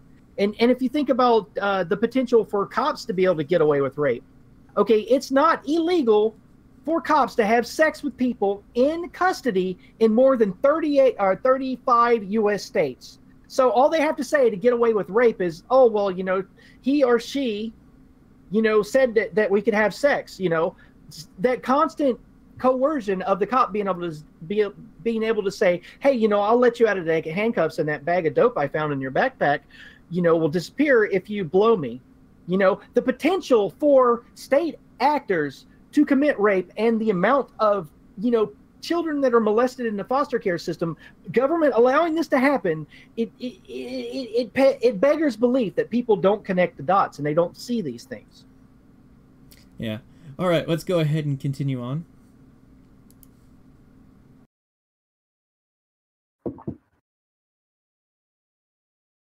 So, Rick Briscoe, Legislative Director for Open Carry, Texas. How do I tell a good guy from a gun from a bad guy, good guy from bad guy with a gun? It's really quite simple. Conduct. Police officers. So just ask them? Ask them? No, conduct. Police officers and legislators have asked that question frequently. If a police officer arrives on the scene of a shooting incident, how are they supposed to tell whether a man with a gun is a good guy or a bad guy? Well, if the police officer instructs or shouts, put the gun down, the good guy will. The bad guy, they did that in Olmos Park, and the guys did not comply. I said at a shooting. So you have to wait till the lead flies and the blood flows. No, I'm talking about.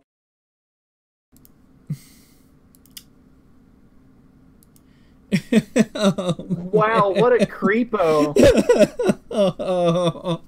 Why are people not...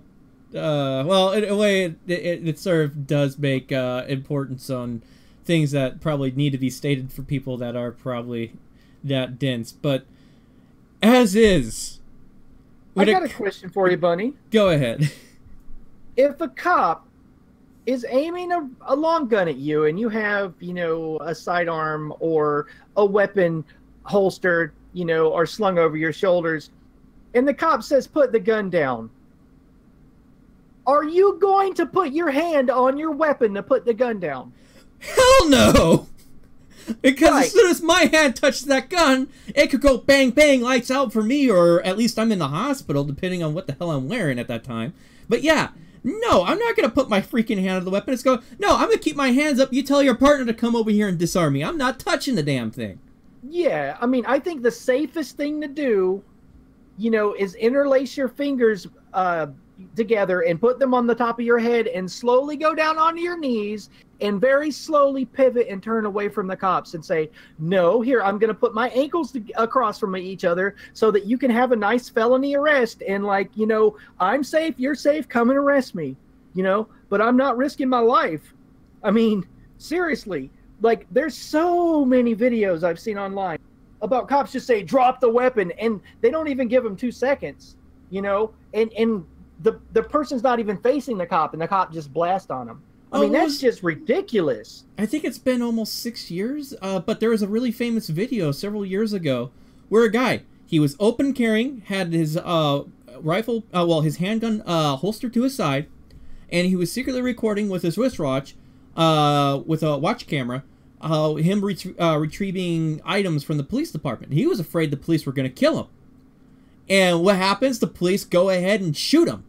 After getting in a verbal exchange, he's like, I'm here to get to my documents, and they tell him, oh, he needs to get rid of his weapon or whatever. Now, it's uncertain if he reached for it or whatnot, because there's no other video footage than what comes from the watch camera. I don't remember that guy's name, but Gavin Syme has some very good video and commentary about that on his YouTube channel. Yeah, and he ended up he survived, thank goodness. And surprisingly, he ends up getting, I think he got convicted. I don't know what's the full status, if he managed to appeal it or whatnot. But yeah, I mean, you don't even have to reach for your weapon for these cops to automatically just shoot you if they don't like you, and then try to make up lies afterwards. Yeah, the great thing about this is the videos I saw, especially the one where CJ was arrested, they had really great coverage. The activists they had there covering them were doing what I said. You don't bunch up and you stand a few paces at the minimum away from each other, and you'll get really great documentation. Yeah, and the thing is even if, let's say, you don't get audio, well, guess what? If there's a camera right directly on the person, they have the audio. And if you do like what I do, you just go and pull the audio from the other angle, line it up with your footage, and there you go. You got the audio you can easily put into it. So it's not that hard to deal with the whole audio aspect if you're able to get the other angle, at least get the recording from the other angle and then match it into your footage. So this way you can have both context in play. Hey, Bunny. Yes. You know what we should do, not Wednesday, but next Friday, is we should do a tactic. Filming tips for documenting law enforcement. We could both impart a lot of stuff. I think we should devote part of that show to that conversation. Okay. Well, yeah, we'll have to line up more for that. But also the other reason why I sort of paused it there was let the bullets fly before the police do anything. No, you don't have to let the bullets fly. The thing is its conduct is the big issue. And the person's conduct is going to really tell on what you're going to do. If they're just minding their own business, looking at their cell phone, the gun's like just dangling there, they don't have their hands on it and all that stuff, they're not using it in a threatening manner, yelling at people and stuff like that, guess what? They're not breaking any laws, so there's nothing to really worry about. You just observe them until maybe there's something that changes, or you observe them until they leave. Observation is the key part for these kinds of situations. If you can't tell what the hell's going on, you just sit there and watch. The myth of the social contract that government is supposed to have with the people, the reason why I say it's myth is because it's made a moot point.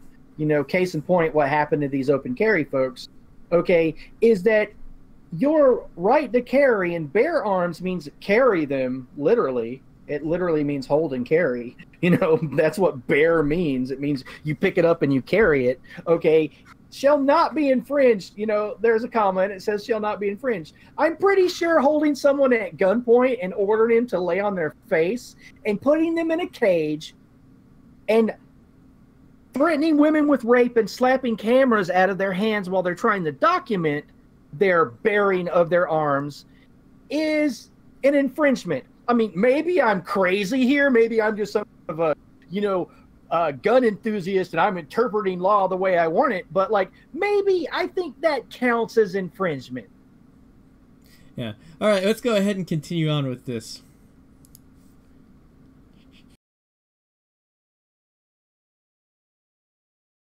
when an officer arrives at an event where there has been a shooting. Okay. When there has been no shooting, there is no degree of immediacy.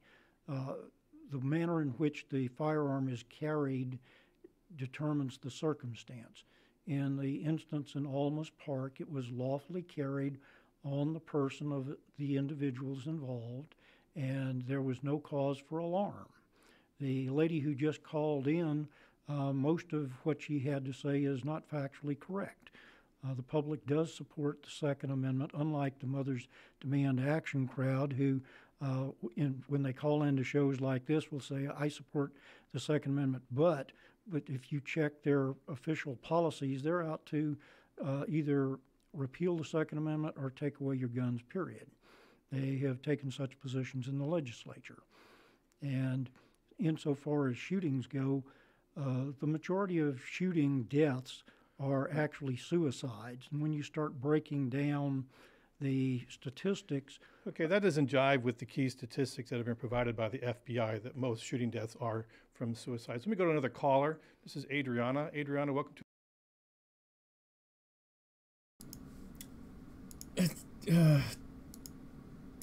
That's factually inaccurate as all hell. What the guy just said. The reporter? Yeah. Yeah. It doesn't jive. No, it actually does jive. A majority of gun deaths in the United States are from suicides. Yep. And they just get incorporated in the gun crime thing because suicide's a crime in a good portion of the United States. And something else that's disingenuous as all hell is a lot of these gun organizations will count any time that a firearm is discharged as a shooting. Like, somebody could accidentally fire a gun on a school campus, and they'll just lump that into school shootings. Yeah, even though it was done by, like, a police officer. Yeah, or just some guy, you know. Some people have committed suicide. This has happened, you know, in school parking lots, schools that were closed, not during school hours, and anti-gun activists will throw that in a news piece and say another school shooting, you know. Yeah, wow. In fact, actually, with the Parkland thing, there was a lot of misinformation going on. I think it was like we had 17 school shootings this year. Well, the thing is the shootings that they're all counting was either gang violence that was on the street where the school's at, or it may have been a suicide in the school parking lot, or it may have been a suicide nearby where the bullet, where it was just a high enough power bullet or something like that, where it actually hit the building, kind of thing. Yeah. There's been many instances where they misappropriate the numbers, and people, I mean, go ahead. If these mothers really cared about children dying, they would spend a little bit of that money they spend on trying to disarm folks and start distributing flyers or memes about telling your kids to chew your food, because more kids are killed by hot dogs because they didn't chew their freaking hot dogs every year than all the gun crime combined. Like, it's ridiculous. I mean, you know, if you want your kids to be safe, you could prevent more deaths than if you could, you know, somehow magically remove all the guns by teaching your kids to chew their hot dogs. I mean, chew your food, Timmy. Chew your food, Jane. You know, you don't want to die.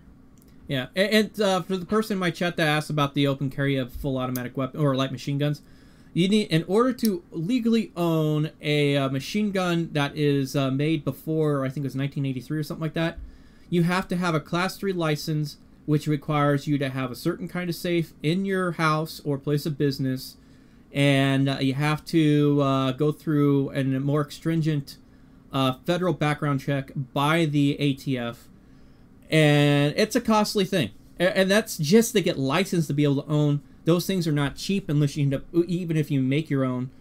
And for those weapons that were made before the act was in place, they easily go for above $200,000, if not $300,000. Just the FYI on that aspect. Let's see. They don't just use guns to commit suicide. Most of them are using drugs to commit suicide more in this day and time. That is very true. More people are quite a few people, if they don't have access to guns, they'll look to other means to kill themselves, whether it be drugs, trying to drown themselves, hang themselves, and stuff like that. There's many aspects, but it's just guns technically are a little bit easier. And you just pull the trigger and no chance for regret in many situations. Let's ban tactical assault hammers. Any hammer with a quick draw, like, groove for ergonomic control, any hammer that's got a rubberized grip, that scary rubberized grip, let's ban those. Yeah. Anyway, well, let's go ahead and continue on here.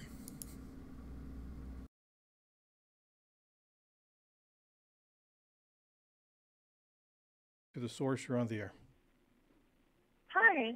I personally have my CHL, and I'm just curious as to what the point is to open carry besides intimidation, because it makes no sense to me. If you have your CHL, if you can carry a concealed weapon, what's the point of carrying a long gun, a rifle, an AR-15, whatever it is, besides intimidating the people you're walking around, or, that are in the neighborhood that are you? Okay. All right, Adriana, go ahead.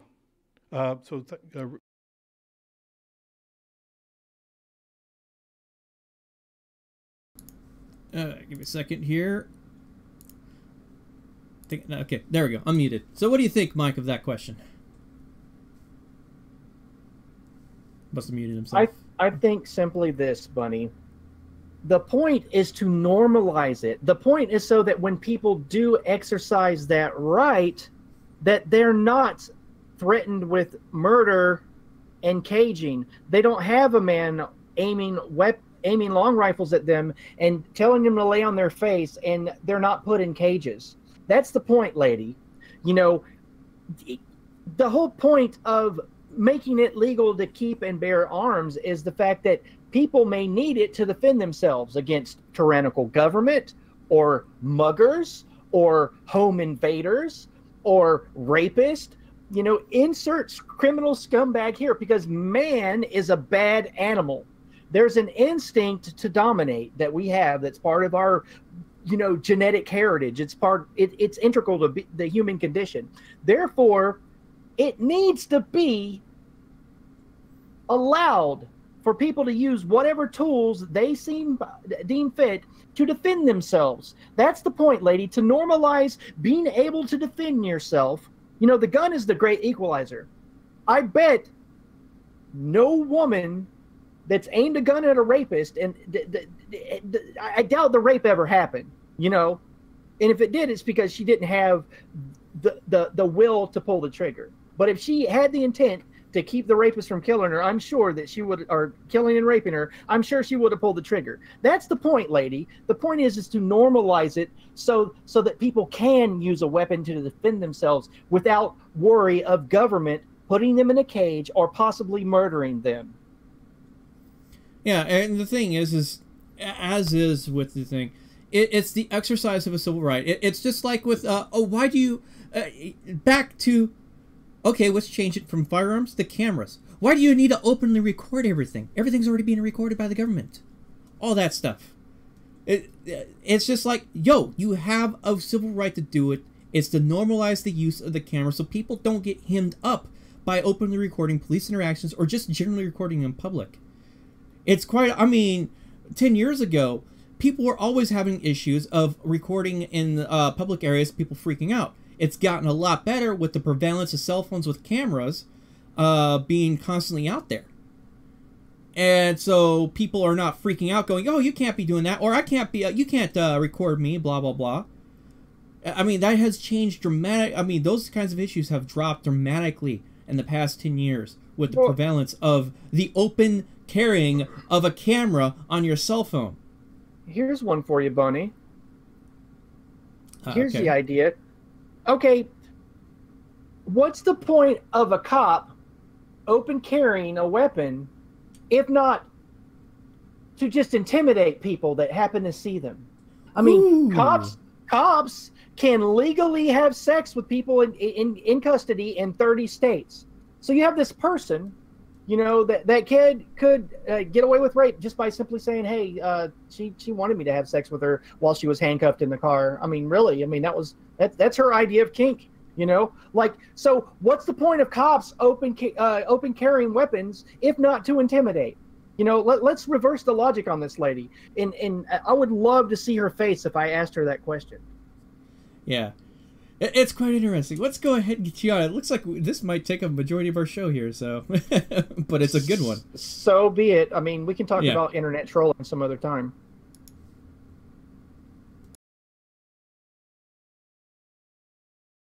Rick, go ahead. She illustrates the problem that Texans have not experienced a variety of items, such as the open carry of handguns during the lifetime of any living Texan until January 1st of 2016, unless they've lived out of state where it was legal to do so. The laws which restricted the carry of handguns in general were passed post-Civil War with the specific intent to be enforced on a racially discriminatory basis. They were intended to keep the former slaves, the freedmen, tied to the land they formerly had worked as slaves. You may recall the release of papers from Rosa Parks about her grandfather sitting up at night with a shotgun to protect the family against night raiders. So I want to go back to one thing you said. I want to get the statistics correct. You talked about suicides, deaths from suicides, and I was looking at numbers from of 1 year on average of ages between 0 and 19. There was 1,600 are murdered and 958 died from suicide. But we look at all ages. We have 12,243 were murdered and 21,637 died from suicide. So there's a lot who die from suicide. That's out there. But having guns available. Well, let's talk rather than about 1 year, about many years. Suicides, whatever the number may be, are a significant factor, and let's exclude them because they're not really a crime against someone else. All right. Included in those statistics are, for example, the Zarnav brother who was shot by police, one of the Boston bombers. Justified police shootings are included in those statistics. And when you break them out, you'll also notice a trend that the areas with some of the strictest gun control laws are the areas with the most violence, such as Chicago. Yeah, but Chicago is seeing the lowest murder rate they have had since the 1960s. They're seeing a lot of and one of the arguments that the pro-second rights amendments have is that more guns creates a civil society, and so how does that jive? The question is, if strict gun control doesn't limit violence, as it does not in Chicago, guns aren't the problem. The people who commit the acts are. Okay. A gun is an inanimate object. There are more people killed with inanimate object that hammers. kills people. So let me go to John. Hey, John, welcome to The Source. You're on the air. Bunny, can you pause it for a second? I love it how this liberal dickbag, quote, journalist, sidestepped the fact that some of the most early manifestations of gun control laws in the United States was to keep guns out of the hands of former slaves. And that's the truth. But he sidestepped it by throwing in guiding the conversation away from what the man was talking about. Rosa Parks talking about her grandfather, sitting on their porch with a weapon to protect them from night raiders. But yeah, if you look at some of the earliest anti-gun legislation, it came from trying to keep guns out of the hands of those scary black people. But liberals don't want to have any of that conversation. Yeah. Also, I just want to point out, if you notice those first three callers there, did anybody notice what gender they were? Just wanted to point that out. So, I mean, and specifically also, what was their main argument? It seemed to be about fear itself, the fear of the firearm. The general fear of the threat. Very telling of what the kind of argument they're trying to go for the discussion and debate, for the most part, is they're trying to apply emotion to where there's actually a decent logical answer for a lot of stuff, but they don't want to hear that logical answer. And when there is logical answers to some of their questions, they all of a sudden want to sidestep it or put their hands over their ears and go, la la la la, doesn't apply. I mean, remember, with the whole suicide thing, when he first pointed it out, there's more suicides than actual people killing others with guns. Yeah, and of course the reporter had to sort of backtrack on that, if you just noticed. You know, there's something else I want to point out, is that the FBI don't do a really great job, and no government entity does a really great job of gathering data about gun violence. And like, for instance, the FBI report that everybody seems to tries to parse out and then politicize to their perspective, whether it's pro-gun or anti-gun, it's based on a law enforcement voluntarily giving the information to the FBI. So it's a voluntary system to report that gun violence, meaning that it is flawed. It is hardly flawed, and there's no real federal or state gun statistics. These are all, you know, it's very unscientific. It doesn't do any kind of real statistical analysis, but they still argue with it like it's a fact. You would think that the IRS doesn't have a problem with counting every time you grunt or fart, or how many miles it takes you to drive back and forth to work. You would think that the government, you know, since this issue is so important, that they would, you know, come up and actually spend the time and effort and money it takes to gather these statistics. But I don't think that is within the agenda of the federal system, because they want to maintain control and dominance and the myth of the police being justified in their actions. And I really believe that if there were decent statistics, the overwhelming amount of gun violence in America would be perpetrated by law enforcement personnel. That's a good possibility, especially with the amount of people that are killed each year by law enforcement, whether justified or unjustified. But yeah, but that's a big if. A lot of the police accountability activists like Bunny and myself, dear listeners, we go by reports in the media. You know, there's certain websites that collate the law enforcement shootings and the violent statistics in the media that try to do a decent picture of it. But we really don't know. I mean, I think since government robs everyone of approximately a third of their wages, at the very least, they should be keeping this data on hand for us to analyze. Yeah, NJ Diver actually put a link into it into my chat about a half hour ago, I think, specifically talking about that, the amount of people dying from police shootings. But let's go ahead and continue on. We're almost done with this, and it's actually pretty much at the end of the show too. So perfect. Criminal justice major at UTSA. I mean, if I was driving down McCullough, see these guys with what appears to be AR-15, I don't know the difference between the gun and, oh, well, the guy's walking down the street with a cigar, gun on his hip. I don't know the difference between an AR-15 with a bump stock and not. So, I mean, I'm going to call the cop.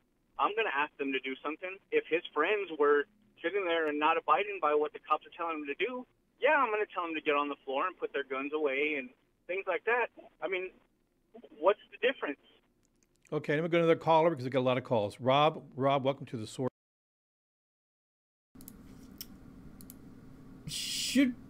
Should we comment on that one, or because I think we already answered that? Just stock bootlicking. You know, it's more of the, you know, denying someone of their rights because the gun scares me kind of thing. It's ridiculous. Yeah, exactly. The gun scares me. I'm uneducated in the matter. Maybe you should educate yourself. You have the internet available to you. You can do the research. There's a public library in every single town. I'm pretty sure there's a public library there. Yeah, go ahead.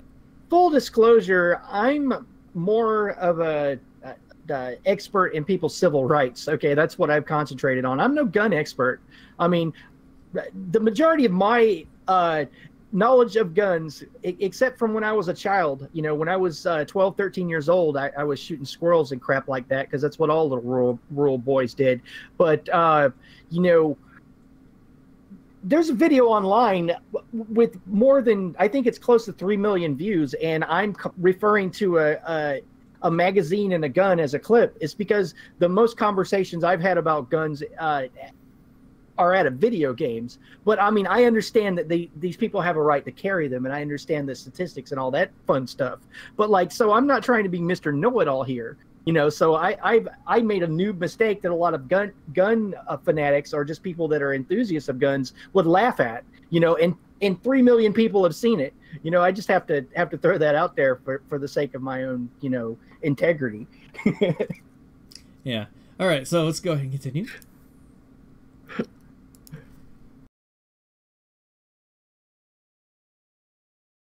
course, you're on the air. Yeah, thank you. I always hear this argument, and it starts with one side saying, hey, we're tired of our kids being killed in school, and it's met with, we can't do anything because of the Second Amendment.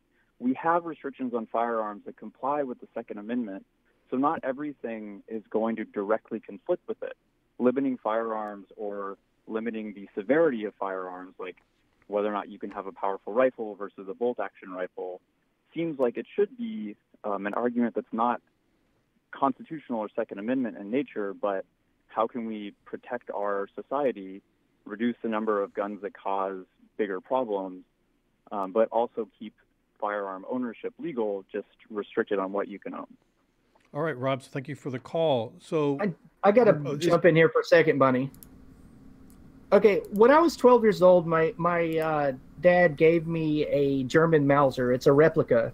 It shoots six shots, 6 shots in the magazine, and it, if memory serves, it's bolt action, you know, and it shoots a bullet the size of a 30-06, and there's a whole lot of powder behind it. So it's super high velocity. It's a bolt action rifle, you know, and I would shoot like a refrigerator with it, you know, and it will knock the crap out of the refrigerator, you know. Somebody would shoot 223 rounds at it, you know, when I was a kid, and the refrigerator just barely moved, you know. There's a lot of bolt action weapons out there that will shoot a round that will go through 3 or 4 or 5 walls, you know. So this guy's just being kind of ignorant, you know. Like the AR-15, it's not a super high velocity round. It can shoot a lot of bullets. I mean, you could have high capacity magazines, but it's not really a super fast bullet. Well, actually, or one that has a lot of kinetic energy. It's not very heavy. Yeah, the thing is actually the 223 and the 5.56. They're the same size but different powder cartridges. Just keep that in mind. Okay. Now, these rounds are essentially just a amped up version of a 22, which they just travel faster. And the 5.56 has more powder than the 223. Now, the reason why the military uses 5.56 is not because it will kill you, it's because it will injure you very effectively. And that causes issues for the thing. And so using a 223 or 5.56 actually greatly increases your chance of living from being shot. Well, don't those bullets, I've read about ballistics and I've watched a lot of videos with ballistics gels. Those kind of, you know, really fast moving small bullets, they tumble. They'll kind of move around in your body in kind of weird directions, right, Bunny?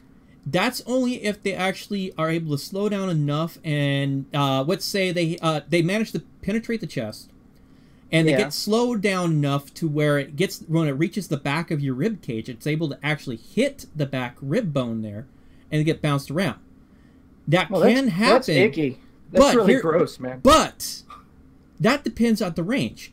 If I shoot someone like that at, let's say, 50 feet in front of me, the bullet's going to go through them. It's going to have an entrance and exit. And the thing is with those 2 rounds, they're not designed to tumble in the air. That reduces accuracy. These rounds are meant for long range, like hunting and stuff like that. And so you can do a full football field with a 223 or 5.56, and it's going to generally leave a fairly clean, at least entry wound. It's not going to shrapnelize unless you're using a soft point kind of thing. Or a hollow point, which you don't have with rifle rounds. There's no hollow point. These are jacketed rounds that are meant to go a long distance and enter something and hopefully kill it if you have the right shot. If not, it's just going to do one hell of a maiming shot. And if you live in an area where you can get medical treatment within about 30 minutes, at least with the paramedics or fast responder kind of thing, your odds of surviving, as long as it's not hitting a vital organ or hitting a vital part of the body, is immensely high. Now, when it comes to something like a 308 or a 308 round or something like that, these higher power rounds from like the World War I or World War II early rifles and stuff like that, that are bolt action or semi-automatic that fire a larger round, the odds of death go up a lot higher because they cause a lot more damage, because the round itself that enters the body is much bigger, there's more kinetic impact and all that stuff. That's also the reason why the AK-47 will usually does a little bit more damage when it hits the body versus an M4 style, anything that fires a 223 or a 5.56. That's what I was remembering from when I was a kid, because when I would shoot a refrigerator box, or a refrigerator, not the cardboard box, propped up in the woods, the Mauser would just knock the crap out of it, and it would actually move the box a little bit. And when someone would shoot at it with like a Mini 14, it just wouldn't do much movement at all. It's like I would much rather prefer, if I was hunting, or wanting to kill something, a round that was bigger, traveling slower, because it does expend more kinetic energy when it moves through the body. Like that, that's just my thoughts about the matter from my own experiences as a kid. Yeah, I mean, this is also my experience from firing these kinds of rounds, because I do own an AK-47. I do have a rifle that fires 5.56 and 223. If you have something that fires a 5.56, I'll be able to fire a 223. I've expended both rounds, type of rounds through it, and I know the power difference. I know what it does to a target. And as is, if you can get medical treatment right away, I mean within a decent time span, you have an increased chance of survivability as long as it doesn't hit a vital organ. And in most cases with these shootings, these people are not walking around aiming for kill shots. They're just walking around and pulling the trigger at center mass. And I mean, it will probably take you down, but do you have a decent chance of surviving if it's hitting non-vital organs and you can get proper treatment? You play dead while you're wounded, try to pretend that you're knocked out or whatever after you get hit, is the best you can do in those kinds of situations. I'm a camera geek, honestly. Yeah. I would if somebody handed me $5,000 right now, I would buy myself a Steiner Optics Spear, SPIR, which is like a military Overwatch and sniper infrared illuminator, some NVGs, and a decent camera with a IR filter. That's what I would do. I would buy military optics gear and buy a camera and marry them together. Yeah, the thing is I mean, as is, I haven't really seen many shootings where people are going around and deliberately trying to just kill every single person, confirm kill kind of thing. No, they're just walking around and shooting. I mean, a good example is last year's with the Las Vegas shooting. All the guy was doing was literally bump stocking the shots, or either the shotgun had a bump stock or he just knew how to fire it properly, where it acted like it had a bump stock. Yeah, and he wasn't firing for accuracy. He was firing just to shoot rounds into a crowd. I think he was trying to maximize his kill count with his little amount of effort. I mean, just my thoughts on the matter. But it's hard to tell what a crazy person is thinking. Oh yeah, and these people are nut burgers. Well, over there in Austin, Texas, the famous the tower shooting, when the one guy was sitting there shooting, this guy was using a bolt action rifle to kill people, and he killed over 30 people, I think it was. I can't remember the exact number, and that guy was a former Marine and stuff like that. As is, if someone really wants to kill a lot of people, it's doable, but especially just with a bolt action rifle. If you put me up in an area with like a bolt action rifle, I could probably shoot and kill several people. They're even trying to duck and hide behind cover, because I also know how to use sound trajectory to screw with people. I know a little bit about science and all that stuff. If you put your mind to it, it can happen. But obviously, I'm not of the person that's going to go out and do that kind of shit. But I'm just saying the potential to do this kind of stuff and be way worse at it is out there, but we have yet to see someone really do it. And it shows on the emphasize that we have a lot of good people out there. Well, the thing I fantasize the most about shooting is a camera. I'm way more interested in getting the good video shots. I would love it if I could, just afford some of the camera gear that I fantasize. Yeah, let's go ahead and finish this up so we can end the show, man. So I know you got cop watching tonight. I do.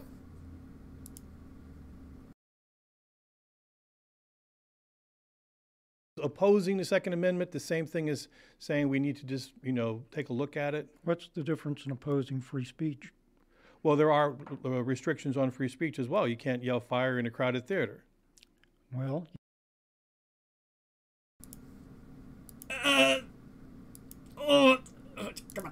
on. Why do you make the stupidest arguments? You can yell fire in a crowded theater if there's a fire. You can't yell fire to try to create a panic situation that would lead to injury. There's a difference between the two. It is the most misquoted and misused acronym when it comes to freedom of speech. For crying out loud, get the context right. Do you have anything to add to that before I hit play again? No, it's just typical. Just typical BS, man. Let's go ahead and listen to the rest. You can't do a variety of things with firearms either. There are more firearms laws than we can count. The problem is the people who are engaged in these acts. There's been a lack of emphasis on mental health care. If you observe most of these mass shootings, they are almost always an individual with mental health issues and on psychotropic medications. On February 28th, 2017, Donald Trump signed a measure nixing regulations aimed at keeping guns out of the hands of some mentally ill people. Should he have signed that? There is an issue with that to the extent that it scoops up people who are not actually a problem. As far as people who do have serious mental health issues, it's appropriate. Did Nicholas Cruz have enough mental health issues that should Pause it for a prevent him sec. from having a weapon? The vast majority of people that have mental illness are nonviolent. And this is, there are really good medical statistics, and that's all I have to say. They're not a threat to themselves or anyone else. People that have anxiety, you don't have to worry about them killing someone. People that have depression, you don't have to worry about them murdering somebody. People that, have a phobia of people, like agoraphobics, shouldn't have their gun rights stolen away from them. And that's the problem with a lot of these, if they're mentally ill, we have to take their weapons kind of laws, is they just blanket try to deny people of their rights. And that's all I wanted to say there, Bunny. And I just want to add to this kind of stuff, these kinds of things is actually what scares people away from getting treatment or attempt to get treatment for their mental health issues. Is like all of a sudden my rights might be violated, or there could be it could lead to further justifications where their rights get violated and involuntary incarcerations and stuff like that.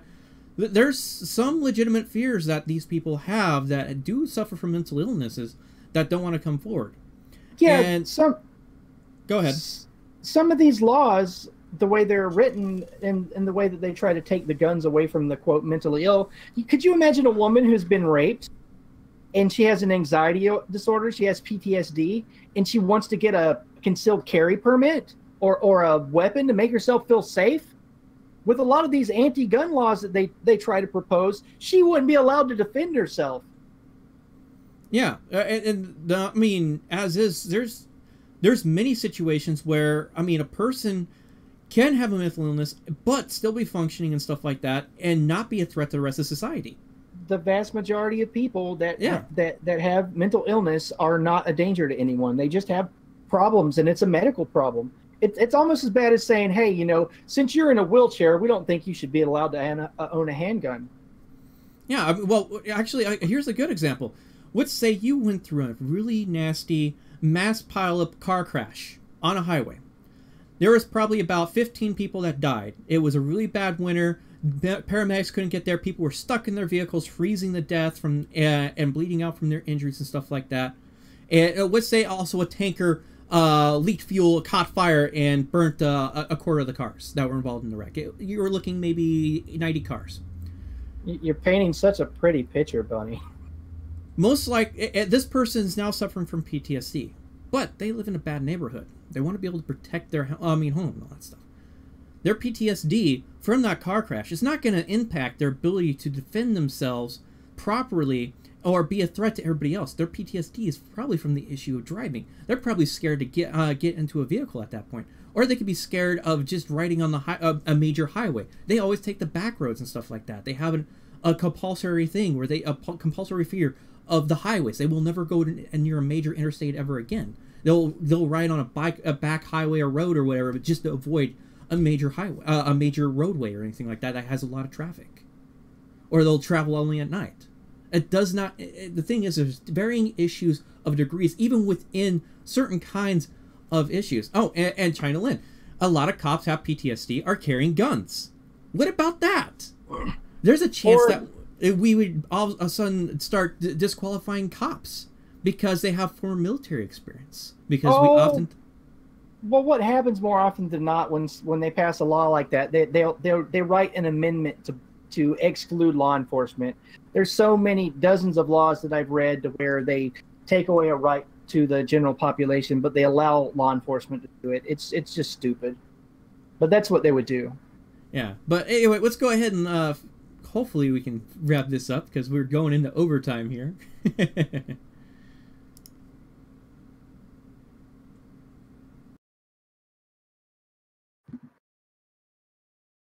Yes. And he's the Parkland shooter. The government failed, period. He the totally FBI, qualified for having a weapon. The FBI failed, the state failed, the sheriff failed, the local police failed, the school authorities failed, help me understand Child Protective Services failed, me understand. the local mental health authorities failed. Help me they understand all this. had more than adequate... Okay. You just help me understand, how did he violate a law, or was he convicted of a law that's something that would have kept him from having a weapon?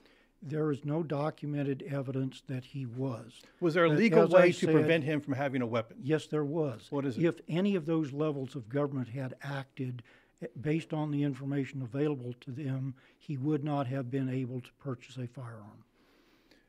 But he was able to. Government failed. Government was the problem. Okay, and so, but if he had bought a weapon and was walking down the street and going to that school to shoot it up, then they couldn't have stopped him. Well, you just said going to the school to shoot it up. For one thing, there's a federal gun-free zone law dealing with schools. One of the failures of the school was to fail to restrict access to the school.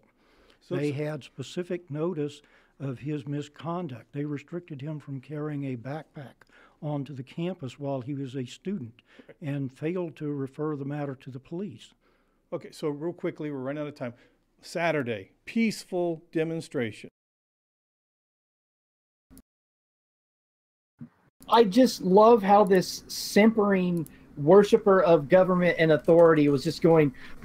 Every time the man would point out the fact that the government failed at another level of it, he was literally becoming stymied.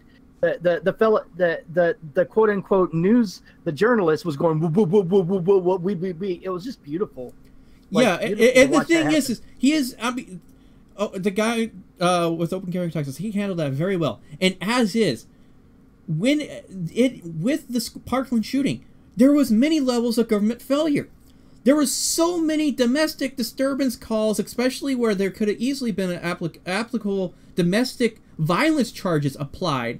Guess what? When you get a domestic violence charge in many states, you are not able to get a firearm until either the charge is actually dismissed from court or you've gone through all that process. And even then, just having a misdemeanor domestic violence charge can ban you outright from ever owning a firearm within that state. The same thing with stalking or a restraining order. If you get a restraining order in the majority of U.S. states, you've lost your gun rights forever. Well, I should say the state claims you've lost your gun rights, because I believe you have a right to defend yourself, but the state claims the right to put you in a cage if you do. Yeah, and the funny thing is, people's like, we need to pass more laws. No, enforce the damn laws that you already have existing.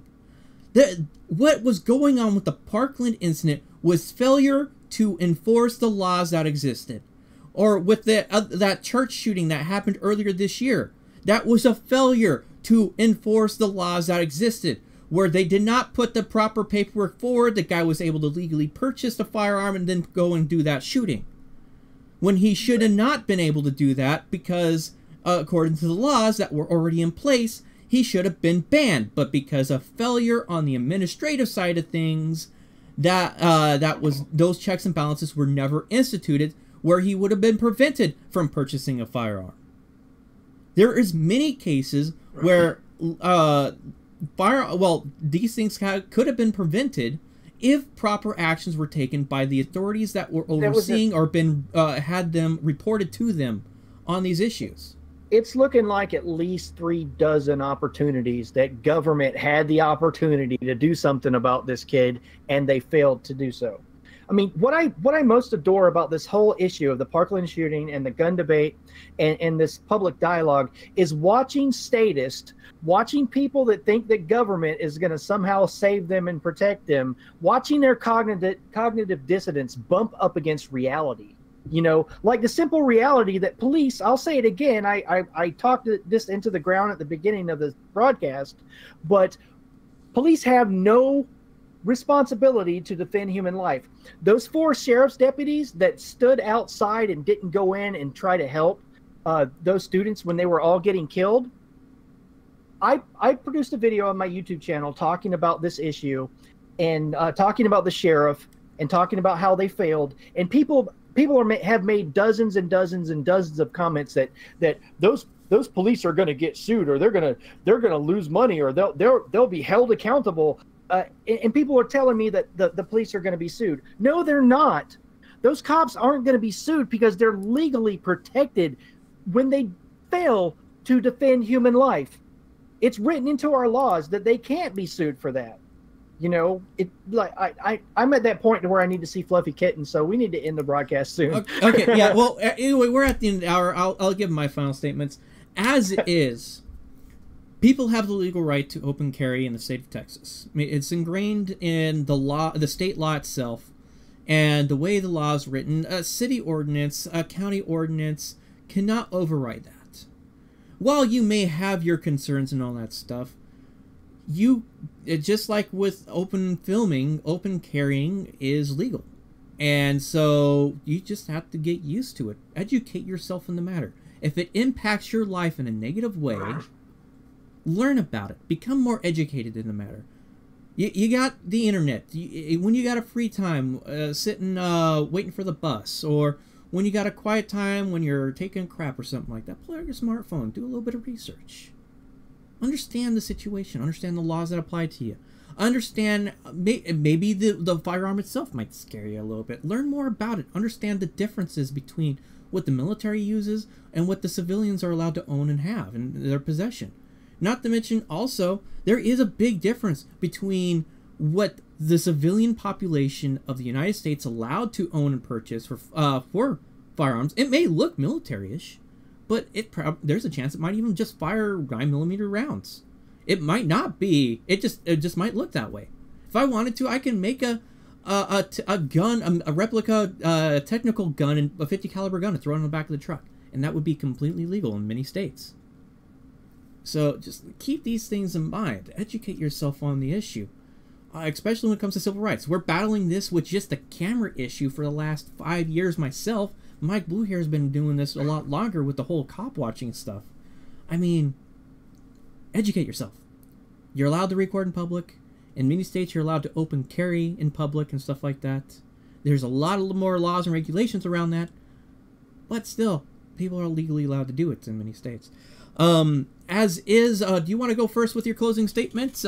Closing promotion thing, or? Sure, I'll go right ahead. Well, I'm very happy to announce that Claire Burnish, the former writer for the Free Thought Project and the Anti-Media and Subversive Pen, will be on talking about censorship, fake news, how the internet is used to manipulate people. We'll be discussing all those things. And she has also taken the liberty to bullet point out a bunch of links that we will be talking about. And we're going to get into the nuts and bolts of how the whole fake news meme and fake news fervor that's been proliferated through all of everything on the web. It's basically been weaponized to quell free speech. And we're going to talk about that a lot on Wednesday, and I'm very excited to have Claire on. She is literally one of the smartest people I've ever met, and I'm just really excited to have this happen.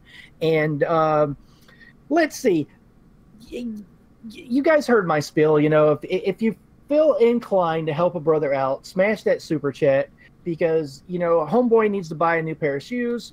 There's also another way you could economically help me out and help keep this strategic noncompliance and my cop watching on the road, is signing up for Virtual Shield Virtual Shield is a virtual private network that anonymizes your internet activity, and they're one of the better ones. Ever since I became an affiliate with Virtual Shield, I've realized that their infrastructure isn't even set up to monitor your internet activity while you're doing it.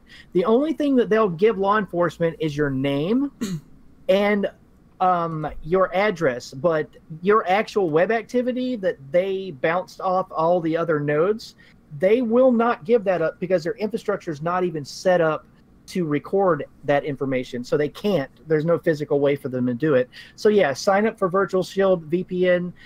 More details about that is underneath this video, underneath a little funny, spill that I can't say out loud because I laugh too much. But that's it. Just thank you guys so much for watching.